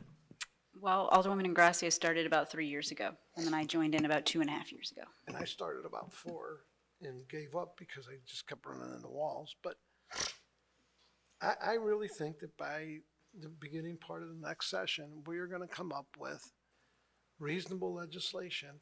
And I do want to see that come out of HUDs. And I do think that there's things in there that we've been able to do in the past, such as plat and petition. We have plat and petition on several things, and I think you can get plat and petition, and it would probably hold up in court. But to just, I just don't want you to think that I don't understand everything you're saying. I have the same issues. My kids, if you're familiar with Watson. I live around Jameson and Watson, yes. Okay, so I'm probably your alderman. Pardon? I possibly am your alderman. It depends on where you're at. No, it's Tom Oldenburg's my alderman. Okay, but I get people all the time wanting me because of Big E's, because of Trattoria Marsala, because of St. Joan of Arc Church. They all want residential parking, which we actually could do, but it would run every business out of the city. And I know my granddaughter that I worry about, they live on that corner house there by Big E's. No. Sometimes she has to park as much as 10 houses away. And yet I don't turn my son's block into, which is also my block, in the residential parking because it just doesn't. But I just don't want you to think that I'm not listening and that I understand your compassion for this. I am 100% with you on what you're saying. I disagree with the young lady that was giggling because you don't know. We live in a great area and we have very little crime, and I know that people worry about crime and people coming in that don't necessarily live in the neighborhood. But on the other side of Airbnb, I think, and I don't know how many our neighborhood has, but there's only been one that I've gotten, serious complaints over. And I think we addressed it, but I don't know. But anyway, I'm sorry, I'm rambling. If you would please go on, and we're gonna listen, and we're gonna be very polite. And, and any suggestions, we're gonna try to put things in there. Well, number one, I thank you for your remarks. I am aware that you've been on the books for a number of years, very well aware of that. But my quality of life, I have no quality of life anymore. Like I said, I'm now living in fear in my own home. Every single day, there are different people there. As far as plat and petition, yes, we deserve a voice because this is not what I bought into. If I wanted to live next to a transient hotel, I would have bought next to a transient hotel. But as far as the grandfather clause, that's totally unreasonable to me. Number one, that means I will never get rid of my problem. They snuck in under the wire before there was anything on the books. This happened to me overnight. Overnight, my life and the life of all our neighbors changed. And it's not fair. We're citizens too. This was a residential area. I did not buy into a commercial area. And I want to know how suddenly they can start running commercial property in a residential home. And again, I promise I'll look into it for a night meeting, but I don't think that we can create a law that goes backwards. Well, That's retro, that would go. then we can this create laws then this the whole point is that there's no point me being here because I will always live with this problem, and you will not have done one thing for me. Why should I? Okay, so say someone murders someone. Well, it wasn't on the books as a law against murder at the time, so you can walk scot-free. and just go here going forward that we're going to prosecute you. No, that will not help me. I will continue to live in fear. My home, our taxes were raised, property taxes were raised as everyone's were. And yet my home is worthless. There's no one who's going to come and buy a home that is next to a Airbnb. So then this is pointless. I shouldn't have even come. If you're going to start with that premise, No, but no. I'm just trying to tell the truth. I mean, I don't, you know, Then- that I know of. Maybe I'm wrong, and we'll check into it, but that I'm aware of. I don't think you can create laws that go backwards. I think any laws always go forward. And- Okay, so, Alderwoman was saying, we will ask the attorney to look into it. I was going to say, because otherwise, we're stuck with this problem, because this man will not cease. He's been approached by government, he's been approached by neighbors, and his answer is, I'm not breaking the law, I can do whatever I want to do, and hence he will continue, and so will the third party, because this is even one removed. Not only does he not know who's there, the third party doesn't know who's there. Well, I mean, and I would say if this was in my ward, things that I would suggest is that whenever it's loud or. We've been it's every day. We don't have time. No, We work. We've called the police. Okay, so by calls for service to the police. We've had building inspectors, we've had people, But it It's should, not it been should, a- it should be able to be put on a nuisance property list. It should we be shouldn't able- have to sit there and police this every single day. This has been going on almost a year. So, We shouldn't have to be on our guard. This puts it on us. There should be a law to protect us. We shouldn't have to keep picking up the phone. People are at work. We run busy lives. The onus should not be on us to have to keep calling. but, And even as a nuisance property, nothing's being done. If you put in a grandfather clause, you have just shot us in the foot. You've just shut us down. I'm not even going to bother to organize anybody anymore because you're going to allow my neighbor to continue. I don't know that we're putting a grandfather clause in. I think that you can't create a law. That's just my thought. I could be wrong. Alderwoman Navarro is going to look into that. I'm just making suggestions that I would do a few things, like if you're calling and you get on a nuisance property list, you can get condemned for occupancy. We've tried it all. Really? We've done these. We've taken these steps. And we've had success, But we you haven't. know, and you can have no parking signs if they're blocking your driveway, put on either side of your driveway, facing your driveway. And if a car's there, the police will come and tow it.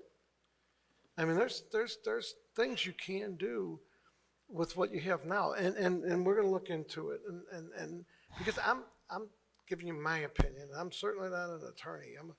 I'm a auto mechanic and a car wash guy, and I'm not an attorney. So that's why I was asking him to sit up here in case I was wrong about what I understand on the Hancock Amendment. So maybe we can, but Alderwoman Navarro said she is going to look into that. And maybe if we set up a night meeting, maybe we can have a little bit more, and maybe have a better understanding. Again, like I said, this is a learning process. It's a learning process for me. The different aldermen, even though they're not here, they'll watch this tape. You know, even though they're stuck in other meetings, it's a learning process for us. We're not, well, some of us are attorneys, but I'm certainly not. Can I just make one comment? sure. And then I know we've got other people we want to hear from.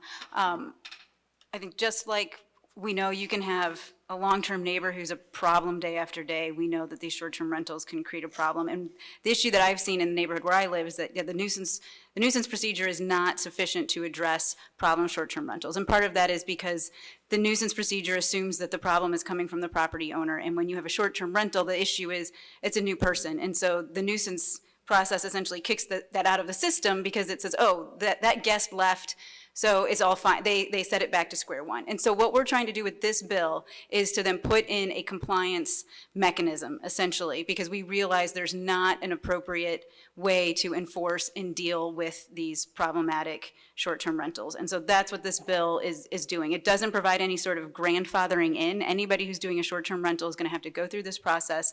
We'll know where they are, and we'll have a process for dealing with them that we do not have right now. So I appreciate you sharing your issues, because those are very concerning. Not everybody is a responsible host, and that's why we need a policy to deal with all of those folks who aren't engaging with their neighbors, who aren't being respectful.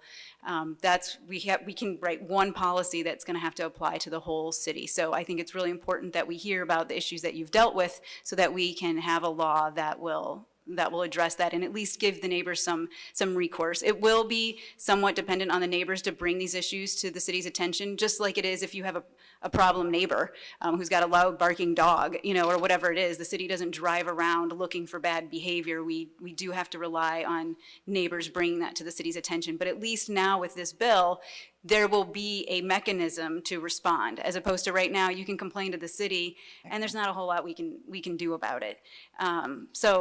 That's what we were trying to do with this bill, is to address the situations that you're describing. So thank you. Okay, I just have one last question. What's the difference between conditional use and plat and petition? Plat and petition is, you have to, in order for it to be approved, you have to get a certain number of signatures within, I think it's a 200-foot radius or whatever it is in the statute. Conditional use means, and it's a public hearing. Anybody can show up and testify about whether or not they think that permit should be granted. And then it can be, and it goes through the zoning, whereas plat and petition, I think, goes really through the excise committee. Well, it depends on how it's set up.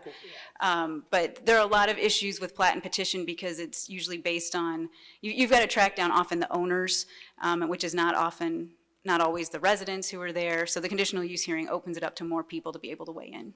And that's one of the issues. I'm not the zoning administrator, and I'm sure there's more, but that's the big one. Okay, thank you for your time. I appreciate your help. Thank you.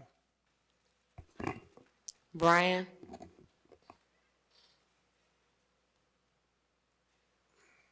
Brian, I see you brought a mask. You're worried about us, but Protecting you, right? We have We're to keeping a safe distance.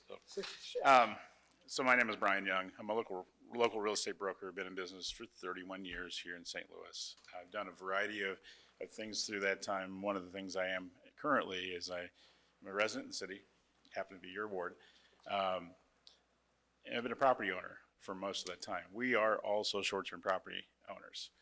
And by the definition, I guess you would throw us in the investment category, because under the current definitions, there's some real issues with it. I'll get to that, some of that in a minute, but under the current definition, even if I moved into the building that is our short-term rental, I still wouldn't qualify. I would still be an investor-owned property, because the definitions of units and things are very restrictive. But let me get a little background. So 31 years in real estate. I've been very active, as Joe knows, in being a good community member. Some of our other people have talked about being an ambassador. I consider myself a St. Louisan by choice. I wasn't born here. I choose to live here. I choose to make St. Louis my home. And as such, I take very great stock in making sure that we reach out in every way we can, in any way we can, to help make the community better. One of the ways I do that, I have 4 investor groups. We have 5,000 members of local investors who own properties. Now, not all of them are short-term property owners, but some subset of them are. And our whole focus in that set of groups is to educate people on what you should do and what you shouldn't do, and what the resources are that are available to you. And it helps greatly, because many times people become investors the same way they become short-term property owners. Accidental. You tried to sell a house, didn't sell, you decided to rent it, as one example. My fiance and I, we got into the short-term rental side of the property owner business, very simply because we had some rentals we couldn't get them rented. There were too many new things coming on market. That market's been very good, so people with good credit tend to buy when they can, and a whole lot of market factors. Long story short, we said, okay, let's stage this. And we staged it. And we said, well, if we're going to do that, we might as well do short-term rentals, because we've traveled all over the world and stayed in short-term rentals. Every experience has been fantastic. The hosts have been fantastic. And we said, hey, this is something we really like to do. We can be ambassadors for our city. St. Louis needs all the good PR we can get. And so when people come to St. Louis, we're meeting them. We don't just, who's that? God, getting mad. Yeah. That's supposed to be a tornado warning. So I speak and God's listening. So anyway, the reality is we said we can be great ambassadors for St. Louis. And when people come, we want to meet our guests. We want to walk them through our spaces because we're proud of them. And we enjoy the fact that we've created some great spaces. And we want to tell them, here are the rules. This is where your trash goes. This is where you park, where you don't park. This is what you do, you don't do. And, we want to tell them, hey, there is the zoo down the street. And there is this great restaurant over here. And there is this and that. And we tell them all those things because we want their experience to be good, not just for us, but for them and for our neighbors. And so if you think about who are we attracting, it's a really important question, who you attract. You attract who you market to. You attract who you want to through your policies and procedures, right? So who do we typically get? Our typical stay is going to be somebody coming to St. Louis on a vacation, okay? Maybe with their family, maybe not. They're going to be business travelers who are here to do business in St. Louis, some of them for longer periods of time, who want to stay in something that feels much more like home. I mean, we're talking about 2-bedroom, 1-bath, 1,000-square-foot spaces, every bit as nice, probably nicer than the space I live in. I mean, so literally everything we try to do very nicely. And we have people who come to the hospitals, who have family members. We've had a lot of people go through the transplant program. Their family members stay with us while they're going through. And then those folks, before they can leave St. Louis, have to stay for a period of time. And so we're close to the hospitals. We have great access. We have traveling nurses. The point is these are good folks who are traveling through, who are having great experiences in our neighborhoods, who are going to not only Southampton and St. Louis Hills and Lindenwood, but all over the city. And we're helping make that experience a great experience for them. Now, there is always a chance that somebody could come, just like with any tenant, with any homeowner, there's a chance you might get a homeowner who's irresponsible, who buys the home down the street, and we've already talked about that. You can have a tenant who comes in, and we do lots of property management all over the area. So you can have great tenants that look great on paper who are just not well adjusted to being on their own for whatever reason. There are problems, right? But the problems are very small in the grand picture of things. Most of the property owners who are doing short-term rental are just like most of the property owners who live in their own home, or most of the property owners who invest in real estate for long-term rentals. Those are good folks.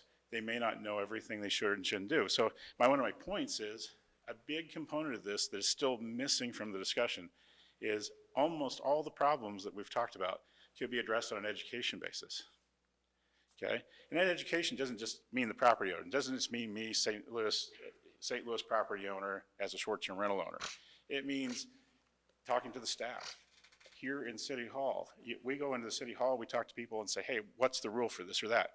And we can get a dozen different answers talking to a dozen different people. We can talk to a police officer and say, hey, if we do have a problem, what do we do? And I guarantee you, we will get different answers from different officers. Some officers say, hey, you had a problem, call us, we'll help you solve the problem. Other officers will say, hey, it's a civil matter, we can't touch it. That's an education issue. And so a lot of the things that we are talking about, a lot of the pain that neighbors are having with property owners go to, sometimes the property owners don't know what they should and shouldn't do. Some of them don't care. The guy you're dealing with may just not care. And that's a bad property owner, doesn't matter what category they're in. But those are fewer and farther between. Those are not the typical. And so what we're talking about here is legislation that's going to throw everybody into one big basket and treat everybody the same, when we really need something that addresses how to deal with the problem people. Some problem people we can solve with education. We reached out to them, don't do it again. Oh, sorry, didn't realize there was a problem, right? We've heard that here. Some people might need a letter from City Hall.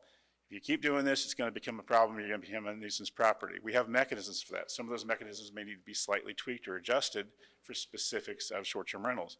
You were talking about that the nuisance property laws go against the occupant. From a landlording perspective, most landlords will tell you, we don't see it that way.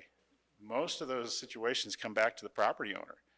And, we have very little control short of evicting somebody on a regular rental. So it's just, there's a disjoint there. So from perspectives, how to bring these perspectives together, a lot of that is education. And I'm very happy to give you a forum for that. Very happy to be part of that process and discuss these back and forth, because again, to get some depth and breadth here with 5,000 members. And you were talking about the short-term rental association. We have one that's also in place, and you've talked to a couple other people, and members of more than one. There's a lot of opportunity to get the discussion going.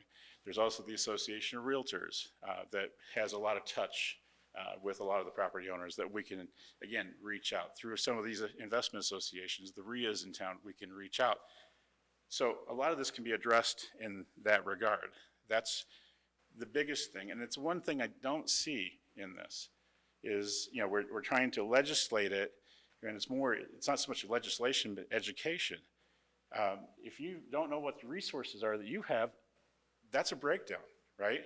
If she has resources that you're telling her about, that she's had this problem for a long time, she hasn't known what her resources are, that's a breakdown.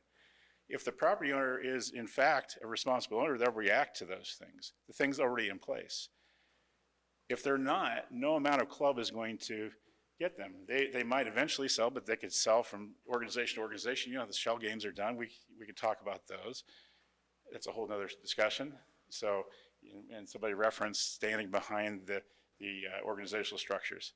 Here's the reality though, going back to most of the people, me included, I'm an investor, but I'm just trying to pay bills, right? I'm trying to make my mortgage payment, trying to pay my taxes, trying to pay my insurance, keep the utilities on. And the money I get in my buildings, no matter short-term rental or not, generally goes right back into the buildings. We keep them nice. We keep them nice because we want to attract good people. We want people who stay on the long-term rentals. We want people who come back on our short-term rentals, and we want great ratings because the ratings will kill us if they drop. So, and that's a very big point. I think you had mentioned it. The ratings, it's a self-regulating system. There's also some market dynamic in this. I mean, before COVID-19 and the need for these stupid masks, right? Before that, Airbnb was saying they had a 19% occupancy rate in St. Louis. 19%. That means that most of them aren't being rented, right? If they're being rented, they're being rented often at a greatly discounted rate just to get some revenue, because most people are taking that money to pay bills, and that's why they're in this, right? They're not bad people. It doesn't mean you're bad because you want to get money. Everybody goes to a job to get money. Some people have side gigs to get some money. For some people, that's what this is. The reality is that you're trying to, and I don't envy you at all, you're trying to figure out this giant thing that's new in the market. It's a disruptor pattern, right? Airbnb wasn't around, but people have taken in people in their homes for lots and lots of years. It's just Airbnb happens to be the fancy new name for it. And we generically call them short-term rentals for all the various platforms. But this isn't really that new. The problem is the legislation is trying to catch up with it. And there are a lot of us in various categories. Like, again, I'm an investor, right? But I'm not a big bad investor. I don't have 100 of these things or 5,000 of these things. I'm not somebody coming in from out of town trying to rent the neighbor's house to put a short-term rental in. Personally, I think that's a bad business model. Personally, I think it's a horrible business model for the property owner and for the person who's running it. I just don't think there's a good enough connection there. So I think that's probably one of your points, is maybe the folks who are coming in, renting someone else's property and then subletting it as a short-term rental may be a good place to look for where most of your problems are. Some of the other ones, again, it goes back to the categories are not going to address that real well. There are lots of things that kind of slip through the cracks. And so we need to be able to look at ways to say, okay, a problem owner, regardless of what category you think you want to throw them in, is still a problem owner. Whether they own the house and they live in it, or they rent it long-term, or they rent it short-term, it doesn't matter. Bad behavior is bad behavior, right? So that's where I think the fix needs to be. As far as safety, we already have occupancy permits, and there's a lot of misinformation about how often are we supposed to do them, how long are they good, and a whole bunch of stuff with that. Those things could be clarified. A simple position paper from the city of St. Louis to say, hey, you're thinking about short-term rental? Here are the 10 things you need to know. Do you or don't you collect the taxes? You know, we can call up Jeff City and get the same dozen people on the phone and get a dozen different answers. Airbnb collects taxes on a voluntary basis right now for short-term rental owners for the city of St. Louis. It's a voluntary agreement. There was nobody came to them and said, you have to do this, okay? Likewise, nobody's gone to the other platforms. We had a gentleman sitting in the corner over there from Expedia, which is also VRBO. He was sitting over there. They're not collecting taxes for any of the people that they're booking through their platform. And I can tell you property owners have been told everything from they're not due to they are due. And part of that's the definitions. The definitions that all this stuff hangs on are so poorly defined. For example, parts of the legislation talk about condos, specifically condos, no other type of property. And we know there's a lot of other property types. I could go into a whole dissertation on that kind of stuff. By the way, y'all realize you gave a mic to a guy who's in real estate? And I want to talk about real estate, so you might have to shut me down at some point. The point is that there's a lot of things that need to be clarified. One of the things in the legislation at state level about taxes says open to the public. I can tell you, my places are not open to the public. Joe, I know you, but if you walked up right now and said, can I rent? I'm a member of the public. The answer is no. You got to come through a platform, okay? You're going to come to us through some platform who is supposed to vet the people that we bring. We're still going to talk to you if you come through that platform. And I'm going to ask you a series of questions. It's called professional property management. We use professional property management standards with short-term or long-term, doesn't matter. We're going to make sure that we know what you're there for, why you're there. We're going to check your ID when you walk in the door. You don't just get to walk in. Because Joe might not be Joe when Joe walks in, right? So we want to know who you are. We want to know how long you're going to be there. I want you to tell me what car you have and where you're going to park it and that kind of thing, because we had a situation where the city decided to cut down trees that we've been asking for 3.5 years to get the trees cut down.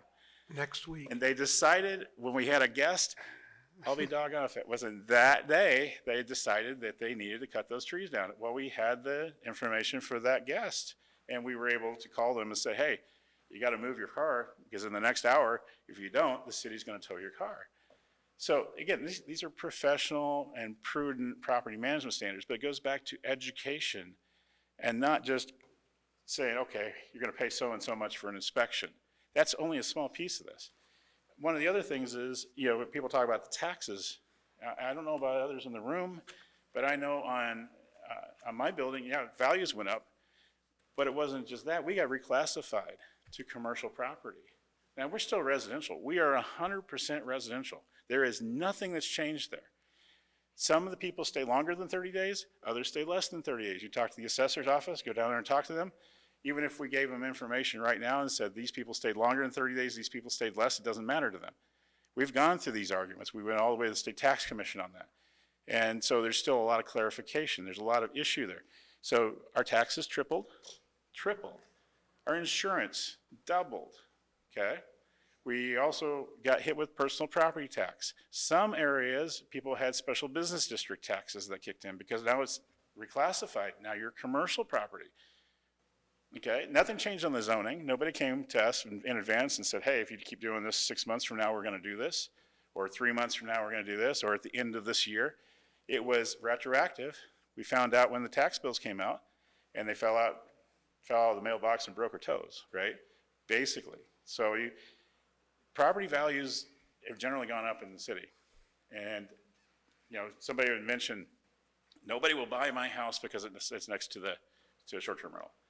I don't think that's the case. Certain neighborhoods especially, you put a house on the market, it's gone. There are short-term rental owners that have sold their properties and have had no issues with neighbors. There are neighbors who have sold properties around short-term rental owners and have had no issues. So I know that there's concerns that are valid. If there's a bad property owner, we got to deal with it. But there are other mechanisms. And like I said, I'm very happy to talk to you about this stuff. Going back to, let's see what other points I've got, because some of this stuff is already covered, but, there are also concerns, and Joe, I mentioned it out in the hall before we came out of the meeting. about how this stuff layers out. All the laws that City Hall makes or doesn't make impact so many other things. Nothing's in a vacuum. So what you do with short-term rentals doesn't stand by itself. You have long-term rentals, you have owner-occupied properties. If you're setting up special standards for the short-term rental properties, there can be ripple effects on that. So for example, what happens if something isn't 100% right in a short-term rental and somebody falls?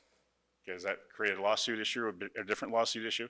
What if somebody happens to have a fire in their long-term rental apartment or their home, but the standard that would have been applied had they been treated as short-term rentals would have been a higher standard? Now does the city take that liability because they recognize some need for higher standard for this group but not that group?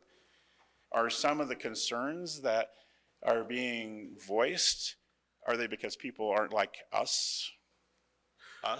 Now I'm going to tell you, I teach fair housing. I'm a big proponent of fair housing. And I hear this stuff. I've had people come up to me and say, I don't want people who aren't like me coming into the house or the apartment or the whatever.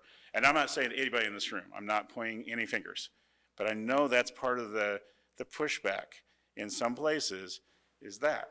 I'll tell you, and I'll tell you, if you want to come and see how we operate, what our rentals look like, I'd be happy to show you. Again, I'm proud of them. I know we do a great job, and we're always looking to make them better because that's where our money goes. Well, and that's why we thought licensing. The other thing, and hopefully you're not getting ready to leave, but if you are, I did want to say before you go, I tried to somewhat ban the carriage rides downtown after a couple of horses drowned and people were getting hurt. Jeff City said, you're not going to do that. Because in the middle of the state, they don't have the Airbnb and the different issues, and the horses are different. The minimum wage. It would have been nice in the city. We would like to ban guns in the city. I can tell you, at least as far as I know, as we're moving forward with this, and maybe I'm wrong, but I think Jefferson City is already moving in the opposite direction because they got the realtors and up there lobbying against rules on this kind of stuff. At least I was told that. So I just want to let you know, I mean, I understand where you're at. I understand where Brian's at, and that's pretty sad. Well, but sorry. I can tell you that, at least as far as I know, Jeff City's already trying to block stuff like this from happening anywhere. And they did it. They did it on minimum wage. They've done it on guns. They've done it on the horses and carriage rides. I mean, as we're putting this together, they have a whole different outlook on life than we have. But anyway, Well, and then Brian, I'm going to yeah, ask you. and I'm just going to throw this out there.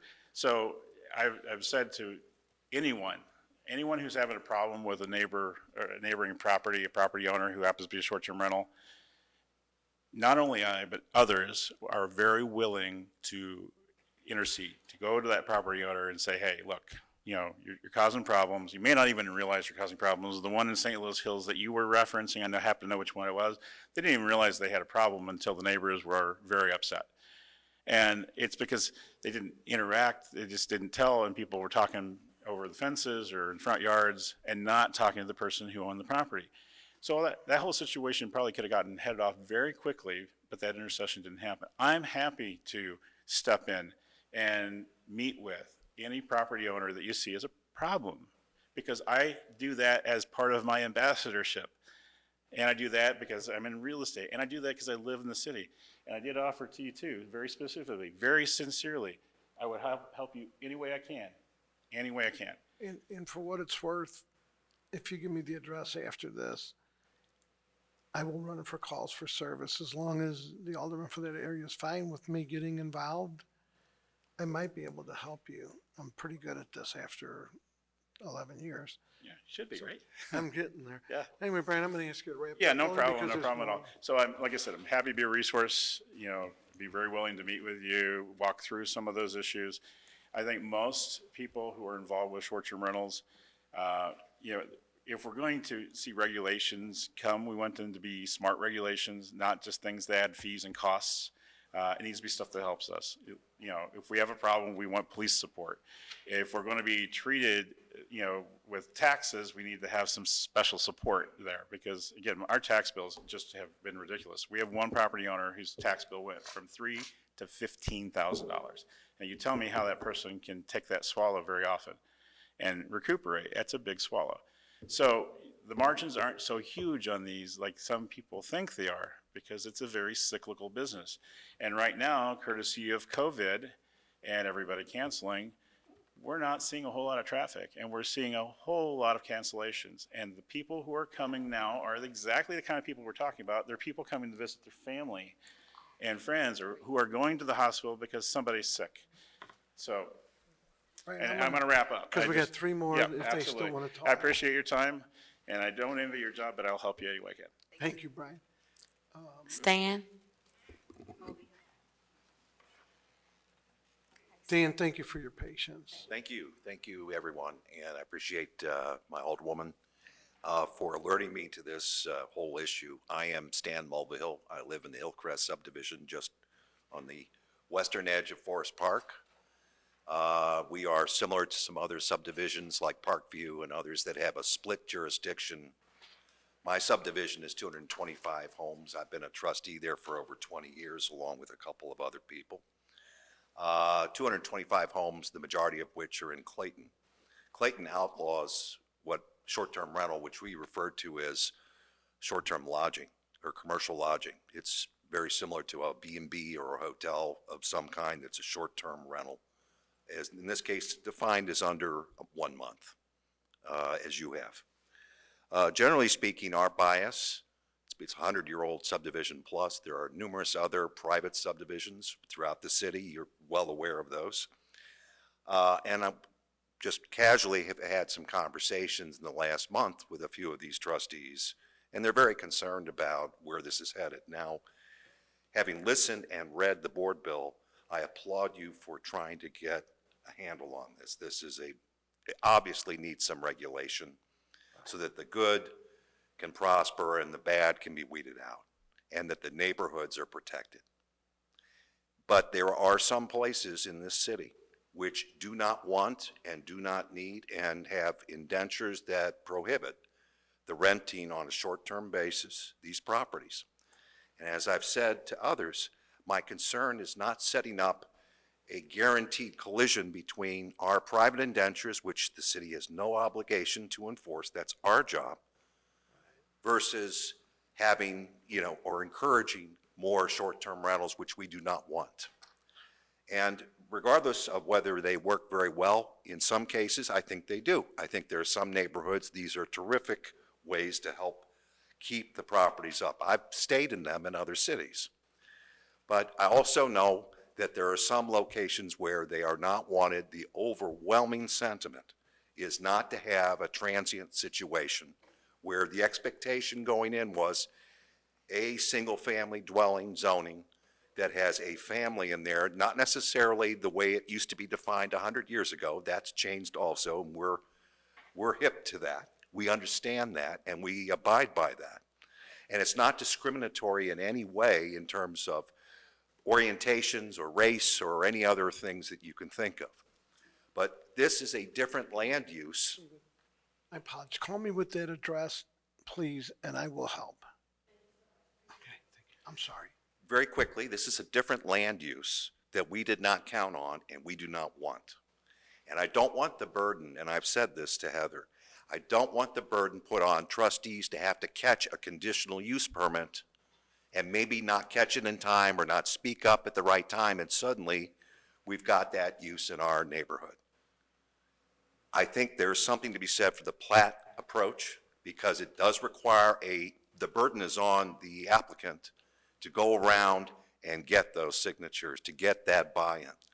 And I think there needs to be some accommodation to these private subdivisions or anywhere where the predominant feeling is a single-family homeowner, that our obligation is to support home ownership. We obviously go along with rental. There are people that do rent. There's not many, but there are some houses which are rented on an annual basis.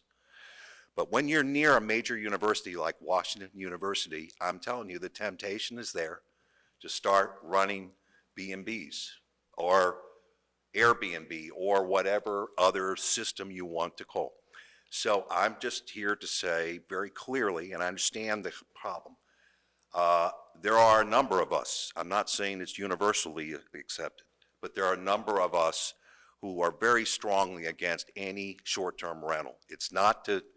We're not biased against that industry. We obviously there's some great places, but in certain locations that is not what our neighborhood has been about. And we're prepared to work with you, or however you want to go forward, however much or little. I recognize that these laws have to be fair. You've got a number of due process issues here, which I won't take up your time today to go into. No, believe me. But I just want to reiterate that there is strong sentiment about this, and since you're wading into trying to regulate it, it's going to stir up a lot of conversation all of a sudden again. That's not to say you shouldn't go forward with all deliberate speed, and I hope you will. Oh, no, we will. That much. And I'm I happy to know. answer any questions, but there are a lot of people here, and I don't want to, take up your time. And no, sure, absolutely. Yeah. Thank you, Stan. I was just going to say, I know we've talked about this, how the city's role in enforcing kind of the private provisions. I'm hoping that there's something we could do, at least if somebody applies and there's some sort of red flag that it lets them know, look, you're applying to do this on a private street and there may be other restrictions and it's upon you to do something. So like you said, we avoid the situation where somebody gets into the system and now they've been approved, and then after the fact, they find out that they're going to get sued by It happens all the homeowners time. It association. happens Right. with Yeah, we need to- homeowner renovations where they need to submit to Yeah. trustees for approval. We have that issue with Clayton. Clayton is kind enough to, as a courtesy, to alert us proactively, but they have no requirement to do so, and of course, they don't defend our indenture. I think this is a big issue. I think you've got some pretty pricey areas of the city that are in these circumstances, and my taxes, FYI, went up 33% the other year, all right? Mine went up a bunch. Yeah. And I sit on the preservation board, Yeah. although I'm going to let Jack Coatar do it for me because they use words like fenestration and stuff that I have to keep going on my phone. I'm sorry. I was going to say, yeah, let's just talk in general about how we can coordinate a little bit better. I mean, not only just on this, but on I other think issues that too. it's just to put this down. I know there's some laws that, due process issues that you have to be careful about. But, I want the burden to be on, look, if they're good operators, terrific. I think that's fine. But the burden should be on the operator asking for a change in this type. It shouldn't be on the trustees to go track it down, sometimes after the fact, too late. We have that happen now with just the renovations, and I think this has the potential to do the same thing. And I think there are a lot of people who would be very upset if it did. I just want to, reiterate, and I appreciate your time. Thank you very much, sir. And we will eventually pass some legislation. I think this is a good start to a bill, but I do think, at least the residents have called me, said if we pass this, before we pass plat and petition or anything that's over in HUD's, we've in a sense said, as a city, give us $100 and you can put them wherever you want. I mean, whether they understand the bill or not, that's Right, I the understand. perception of the bill. Yeah. Well, that's it, and so education, I think somebody mentioned that, but that's not enough. You got to have some teeth in these things. Absolutely. I'm sorry, you just do. No, I was a absolutely. multifamily housing developer for 25 years, so you got to have some teeth. No, I agree. And like I said, I sit on that preservation board and people put windows in to find out that you got to take them back out because they were not, and it wasn't a good fit for me. That's why I Thank you quit. again, sir. Thank you. Lena?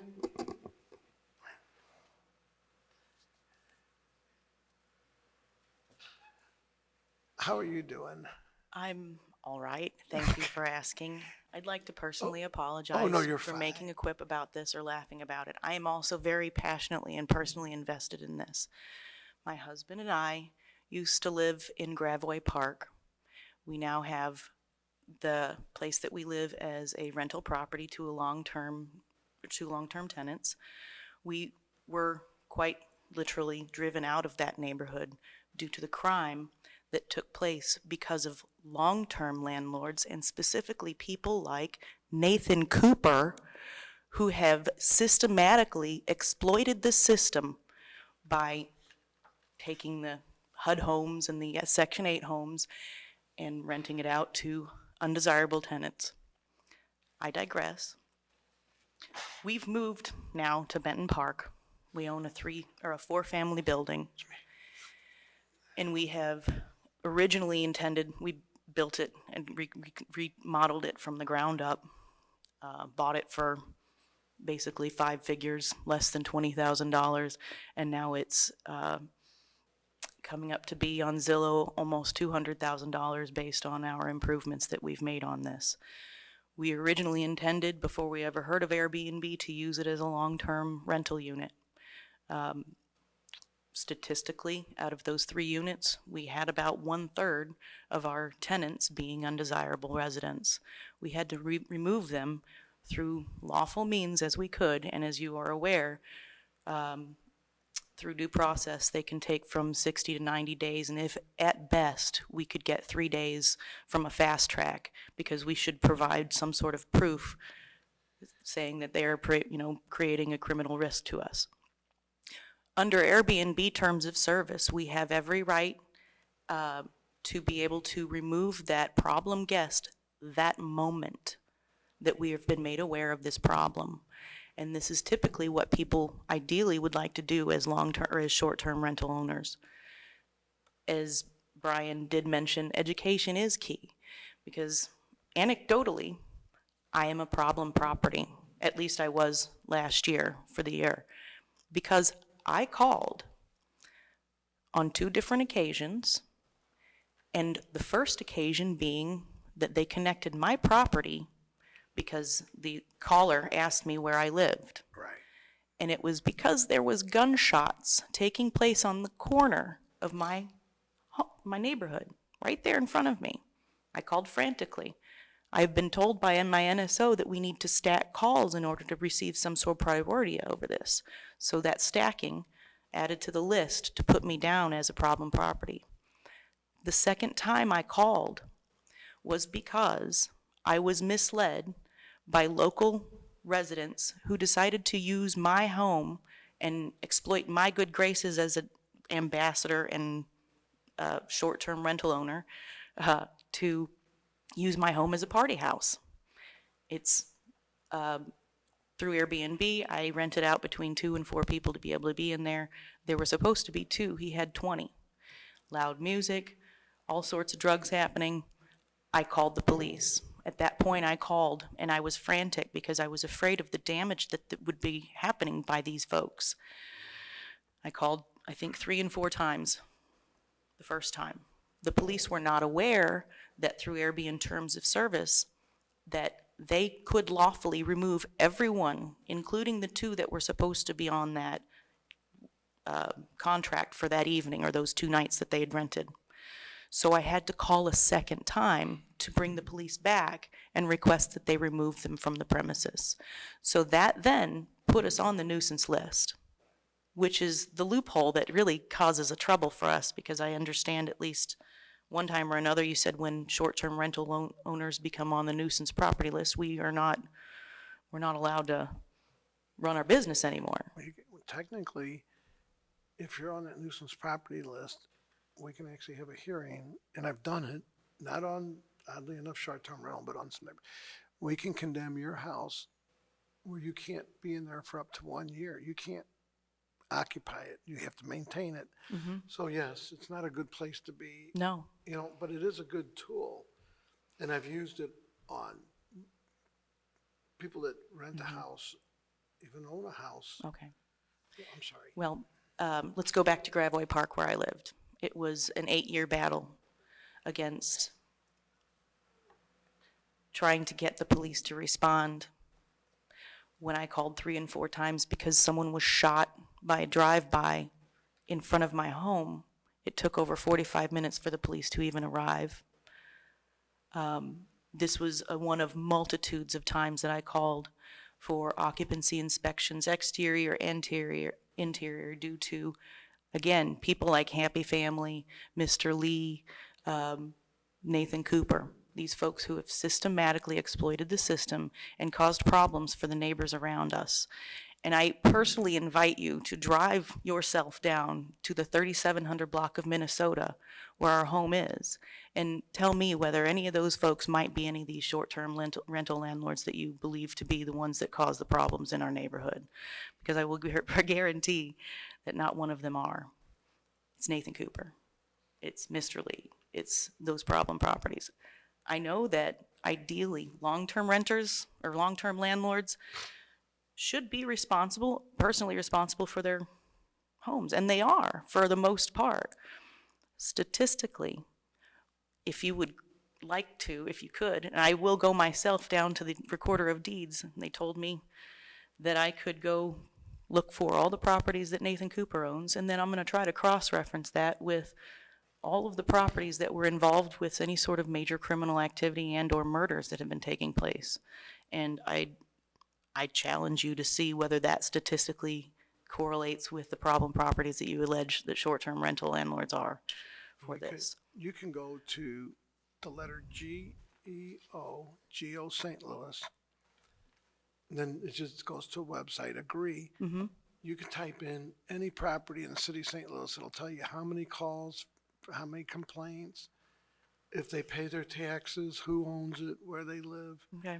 So Geo St. Louis is a good resource Okay. to look for stuff like that.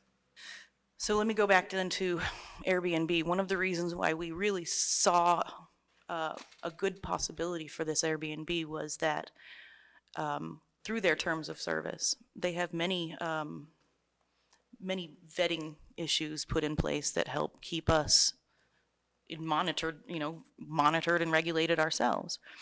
One of those being when we had to submit an occupancy inspection. The occupancy inspectors told us we went far beyond what was required for the city of St. Louis. We were only complying what the Airbnb terms of service were. So at this point, those regulations are, as far as I'm concerned, it's kind of redundant. We already do far surpass what regulations are required for any sort of owner, occupant, landlord. Again, I reiterate, it could take 3 to 6 months to get a bad tenant out. With Airbnb, it could take minutes to hours, and we have no problem. Ideally, again, as someone had mentioned too, if we fall below 4.7 in our reviews, which are largely, or they're directly related to the guests that we have who put those reviews in, we will be delisted and no longer able to use this as a rental platform. And that is solely contingent about the quality of our apartment, the quality of the neighborhood that surrounds us, and the neighbors that help us or that take care of us, and the community in which we serve. I myself, the property that I have is a block away from Yaki's Pizza. I have a personal invitation to everybody whenever they check into our place to take advantage of all of the businesses that we have on Cherokee neighborhood. And I'll also guarantee you that we bring in more revenue from our guests using the restaurants, the gift shops, the tourist areas around there, up to the Arch, to Lohmeyer, to everywhere around St. Louis that they come and spend their money in. And I'll be willing to bet you that these long-term tenants, while I know they're contributing to our community, they're not going out to dinner. They're not going out to breakfast. They're not going out to lunch. They're not going and buying, souvenirs and all this stuff. So there is a lot more money, I think, that is contributed by these tourists that we help to bring in. And I was actually late for this meeting because my neighbor stopped me to let me know that he and the other neighbors were complimenting on the new tuck pointing job that we just had finished on our front home. And my husband and I just planted, or he personally, because I was working my second job to help supplement this, he planted vinca and all sorts of bulbs and all this stuff to help improve our quality of our yard. I also personally monitor my alley on this T on the 3300 block of Iowa with garbage, and have been complimented by my own alderman as he was driving by, saying, "This is the cleanest street in the neighborhood," because I go there at least monthly, along with another neighbor, to help me, who also is an Airbnb landlord, who helps to clean the trash in this alleyway. And I challenge you to find any of these long-term landlords like Nathan Cooper and Mr. Lee and Happy Family and Gateway Properties to whether they go down and personally clean up their properties. I think it's quite the opposite at this point. He's been well documented in several articles in the newspaper saying that it's only the problem of the police because they need to take care of those bad people, even though he's the one that rents to them that causes this. Anecdotally again, my other neighbor on Minnesota had basically lost his own property because he had long-term renters that exploited his situation. And we both spent, or at least more I did, I spent several months calling the police on them because the mother was yelling at the children by the end of the month saying, "You best get them drugs or we're gonna, or I'm gonna call the police." She said, "Get that money or I'm gonna call the police on you trying to sell drugs." Which ironically, what would happen was her 8 to 12 people that were staying in that property illegally, who were under the age of 18, all the way down to probably 8 or 9, would jog towards the middle of the street on anybody who decided to slow down and hang in their window and ask them what they want. And it's the people who would respond what they wanted, they'd yell at their mom, and mom would throw down packets of drugs down from her second-story window to give to her children to pay their rent. And this took months to remove them from the property. This doesn't happen with Airbnbs. I understand that not everyone likes to adhere. I do agree that someone who would rent from a landlord and then sublease as an Airbnb property, that doesn't work out. That shouldn't be. Everybody should have personal responsibility for that. Ultimately, however, Airbnb has their own vetting system, and I'd like you also I'd like to personally invite you all to become members of Airbnb so you understand the process on how it can be viably monitored. Each property, if you find, let's say, one of your neighbors has an Airbnb that's causing these issues, much like the woman who alleges that has rapists in her house. Airbnb vets their guests, and they take a criminal background report and will not allow someone who has a criminal background, such as rape or any sort of violent criminal activity, to even be a member on Airbnb. So that, first off, doesn't happen. We can't necessarily guarantee that with the long-term rental landlords, like I said, with the people like Nathan Cooper. Though there's that vetting process. Oh, I'm sorry, I lost my train of thought. Brian, what were you saying about the? Oh, one of the points. Yeah, yes, sorry. Points that you were making, I was going to talk to you afterward, but Airbnb has as part of their You have to come. Airbnb and some of the other platforms as part of their terms of service will ask about restrictions in the area. And if you are in an area where it's not allowed, you are not supposed to have an Airbnb or whatever. Yeah. So, but you make a very good point, and that is part of that education of the communities and education of city officials and education of property owners about all these different things, because some of this stuff happens, people just don't realize. Yeah, well, I also agree with what he was saying too. If the police were more informed that they know that if there is a call to service for them, they can get them all out right then and there, as long as they know it's an Airbnb. If they violate any terms of service that we would like some request or for action, we get them out that night. Second off, as far as the vetting process is concerned, oh boy, I'm sorry. That's okay. I'm gonna somewhat have to, because I think there's another, I think we only got the room till 1. and I thought this would go to 12, and I see more people coming in, and they might be here for the next Oh, meeting. if you have a problem, sorry, very quickly, if Oh, no, you, it's if you have a problem with the property, you can go onto the listing, go down below, and there's a big red button that says report the listing, and you as a concerned neighbor can say, hey, these people are throwing parties, well, and doing all this stuff. Also, as far as parking being a situation, my 4 family, if we are fully occupied, including my husband's vehicles and mine, have 5 vehicles that can have the ability to park on the street. My neighbor, who is a long-term rental, who has a 4 family, between them have 18 vehicles, at which we have been trying to fight again for street department or the parking enforcement to enforce the fact that they have 3 to 5 commercial vehicles stored on the public street. So here we are dealing with kind of the other end of the spectrum, where we just would like to have our own, we'd like to have the 2 spots that we thought we could have some sort of fair game on in front of our own spot. But regardless of whether we're short-term or long-term, we're trying to fight with our other neighbors. 4 rooms, 18 cars. Well, there- I know. And I agree, there's good, and I, I know Brian, and he's my neighbor, and he does do, I've never gotten a complaint on any of his, so I think what this legislation's trying to do is figure a way that the good people can still operate and the bad people can't, but it still runs into a lot of issues. But Heather, did you have? I was just going to make one comment. Thank you for your testimony.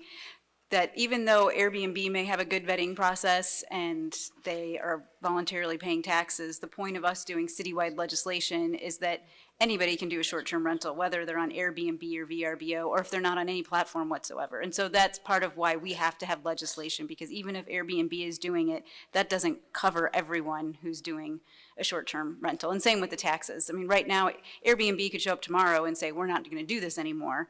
And so there's no teeth to require that. There's no teeth to require any of the other platforms to do it. And so that's part of the impetus for having regulation, is to fill in all of those gaps. So I just wanted, I appreciate that Airbnb has this system, but you can do a short-term rental in the city of St. Louis and not vet anybody right now, or have, and none of those things are in place unless you go through Airbnb. So I just want to make sure that everybody realizes that that's part of what this is about, is leveling the playing field, so that no matter where you live in the city, it's the same expectation.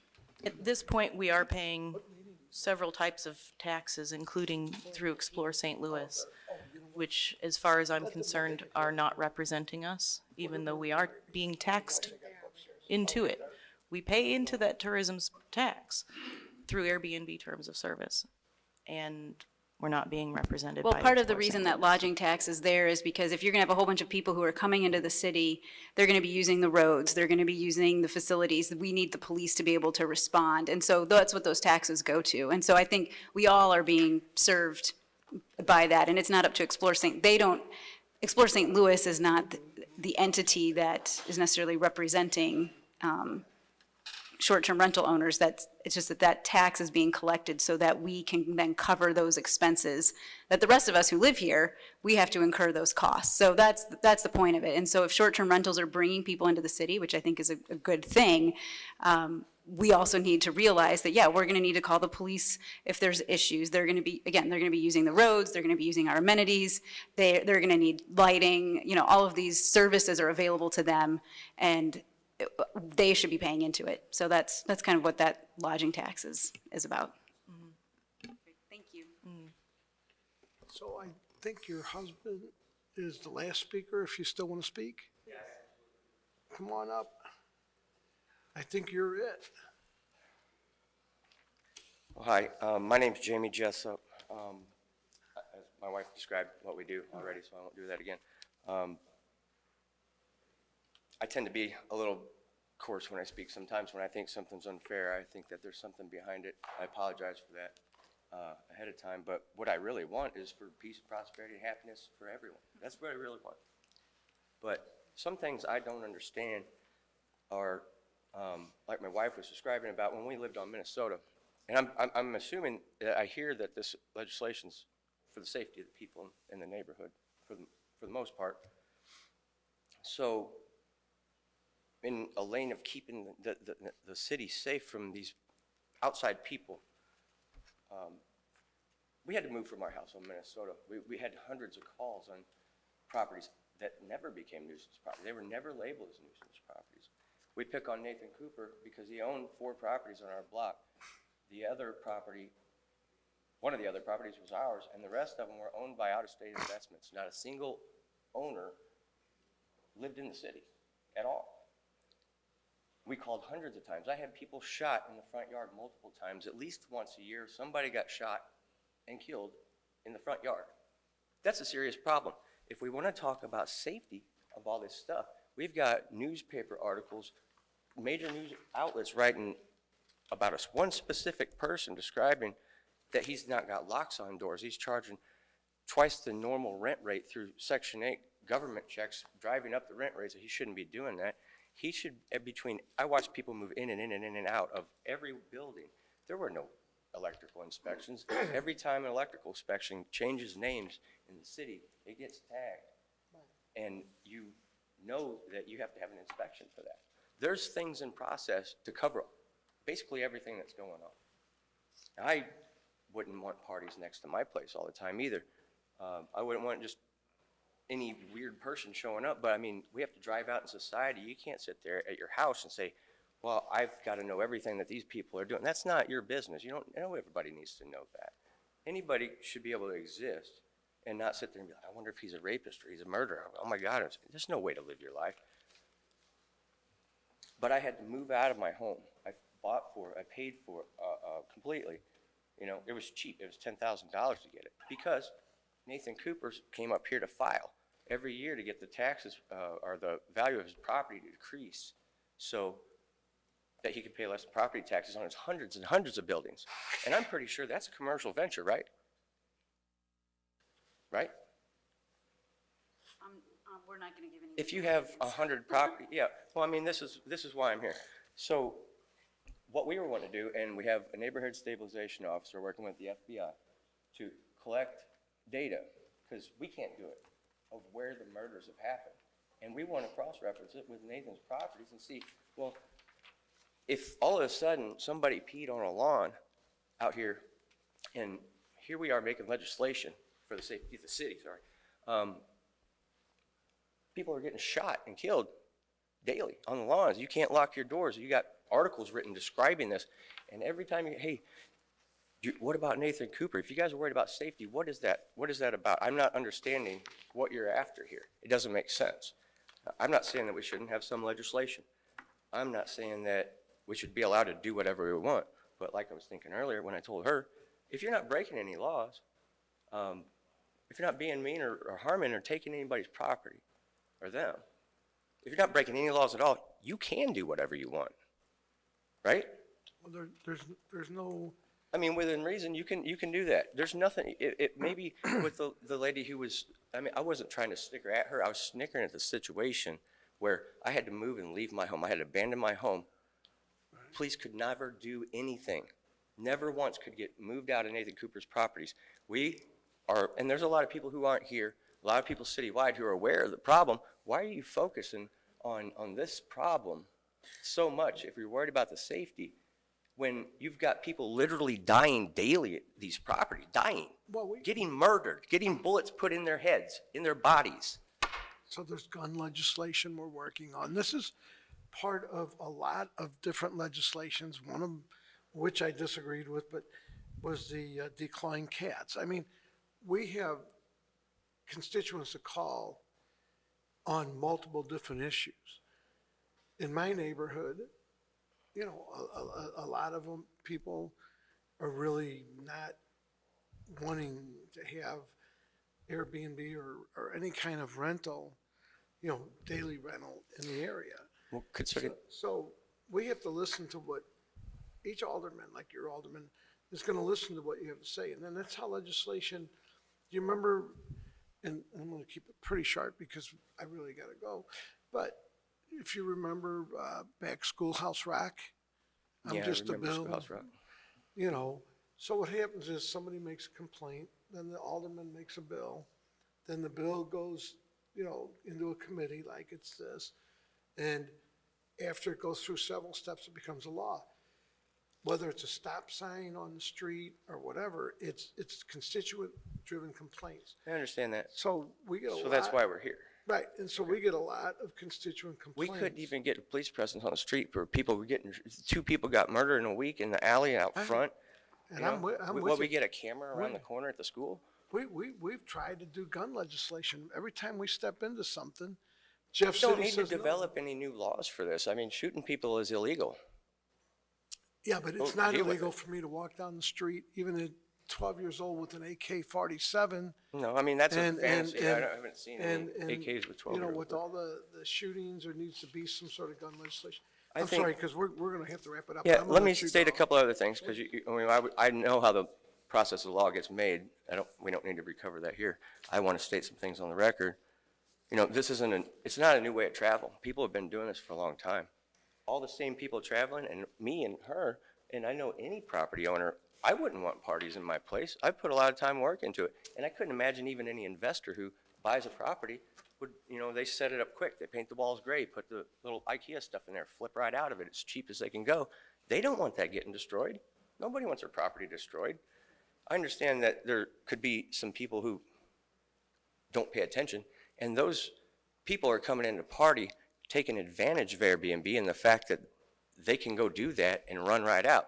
But the property owner, not the people who are there doing it, needs to be held responsible for, I understand that. If I have a bunch of, and I'm disturbing my neighbors, I'll be held responsible. So I keep it nice for them. But I'm sure you're a If you good have in the Airbnb. city, long-term rentals, I think, correct me if I'm wrong, or tell me the real way, if you have 6 or more units on a building, it's considered commercial, right? I don't know that answer. That's under state statute. I think it's 5 or more, I think it's more than 5. She's an attorney, I'm not. I mean, I'm not rendering any legal opinions. She's not running it, and I'm a car wash guy. I'm just thinking, There's commercial for assessment purposes and there's commercial for zoning purposes, so, right, I understand the difference between those two, too. It seems like some people don't, but to me, I'm paying the same exact percentage of the convention and tourism tax as Explore St. Louis. And we have our 3 properties well, it's 1 property, actually, with a 4-family. We live in the and the other 3 are the short-term rentals. I'm paying the same percentage as Holiday Inn, and they are, you know what Holiday Inn is. I'm sitting there on Sunday on my hands and knees scrubbing, my floor. Somebody spilled some tea or something. I'm wondering, is that CEO out there probably on his hands and knees scrubbing the floors? People say we're not regulated also, and I'd like to read over here, the occupancy tax collected and remittance by Airbnb in Missouri, so everybody can understand what we currently pay. This isn't some idea that's in the future. This isn't something that's going to be proposed. This is what we do now. Missouri state sales tax, 4.225% of the listing price, including any cleaning fees for reservations 20 nights or shorter. We pay a city sales tax, or you would be paid, I think ours is under St. Louis City, of 0.25%, 1.375% of listing price, including any fees for reservations 29 nights or shorter.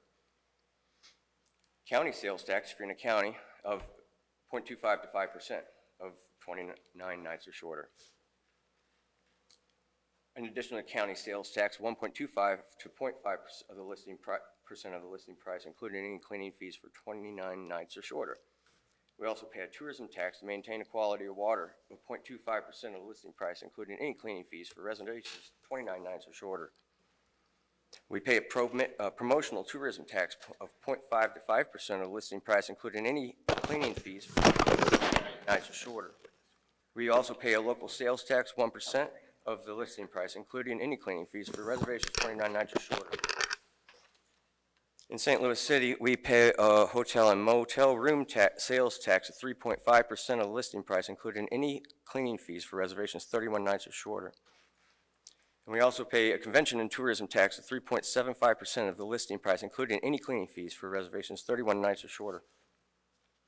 And all those taxes, all combined, plus the commercial sales tax adjustment, I'm not understanding if this is, with all that we do, and many people have come from all over the world to experience Cherokee Street, and they go by. We didn't even know that was there. We came into town to see a Blues game, and if they go to the hotels, they're stuck on the corridor. They're not gonna come down to the south side of Cherokee Street, you know? Not all of us, and I think a lot of us can agree that St. Louis needs all the help it can get. I think that's probably why we're all here. And this is a new day. I mean, people book rooms on their phone, on the internet. You don't show up and just do it. I want it to be better. I don't want people out there destroying us, but I can't understand if we're doing this legislation for the safety of citizens of the city, why I asked my alderman, you know, what are you doing about Nathan? I still can't move home. Yeah, we know. People get murdered daily at his properties, and nothing. Nobody's here talking about it. But somebody peed on a lawn, and we're introducing the trail to get to making legislation. And a lot of people are wondering why. They can't make it here because the meeting was supposed to be here, and it was moved, and then it ended up happening again, too. So that's what I've got. Thanks. And again, it will be up to the sponsor more so, but if they want to hold a night meeting, we will. And I definitely get the conflict between the Airbnb. I had apartments. I'm glad I got out of it. I was not the best landlord. I'd rent to one person. When I came back, there was other people living there. I got out because I knew no matter how well I screened, that was horrible. That's what I was getting to. I'm sorry about the people in different parts of the city. We all live and you may live in a place where you don't want that, or a neighborhood association could they could self-police. It's not like a kid. What if her neighbor showed up and bought the house, and he had 3 cars, and their kids wanted to sleep in tents and camp out in the backyard in their sleeping bags? I mean, Right, no, I understand, and I understand the passion on both sides, so Yeah, I'm I- just, we all can- I'm trying to do is put we something. kind of need it too to help Right. bring people to the city and show them a positive thing, because all they read in the news is, I don't think lot you'll of get that. any disagreement from us. Anyway, I think if that was everybody, and I appreciate, I know these guys waited a long time, and there's very much a potential for a night meeting. Did you have any other questions?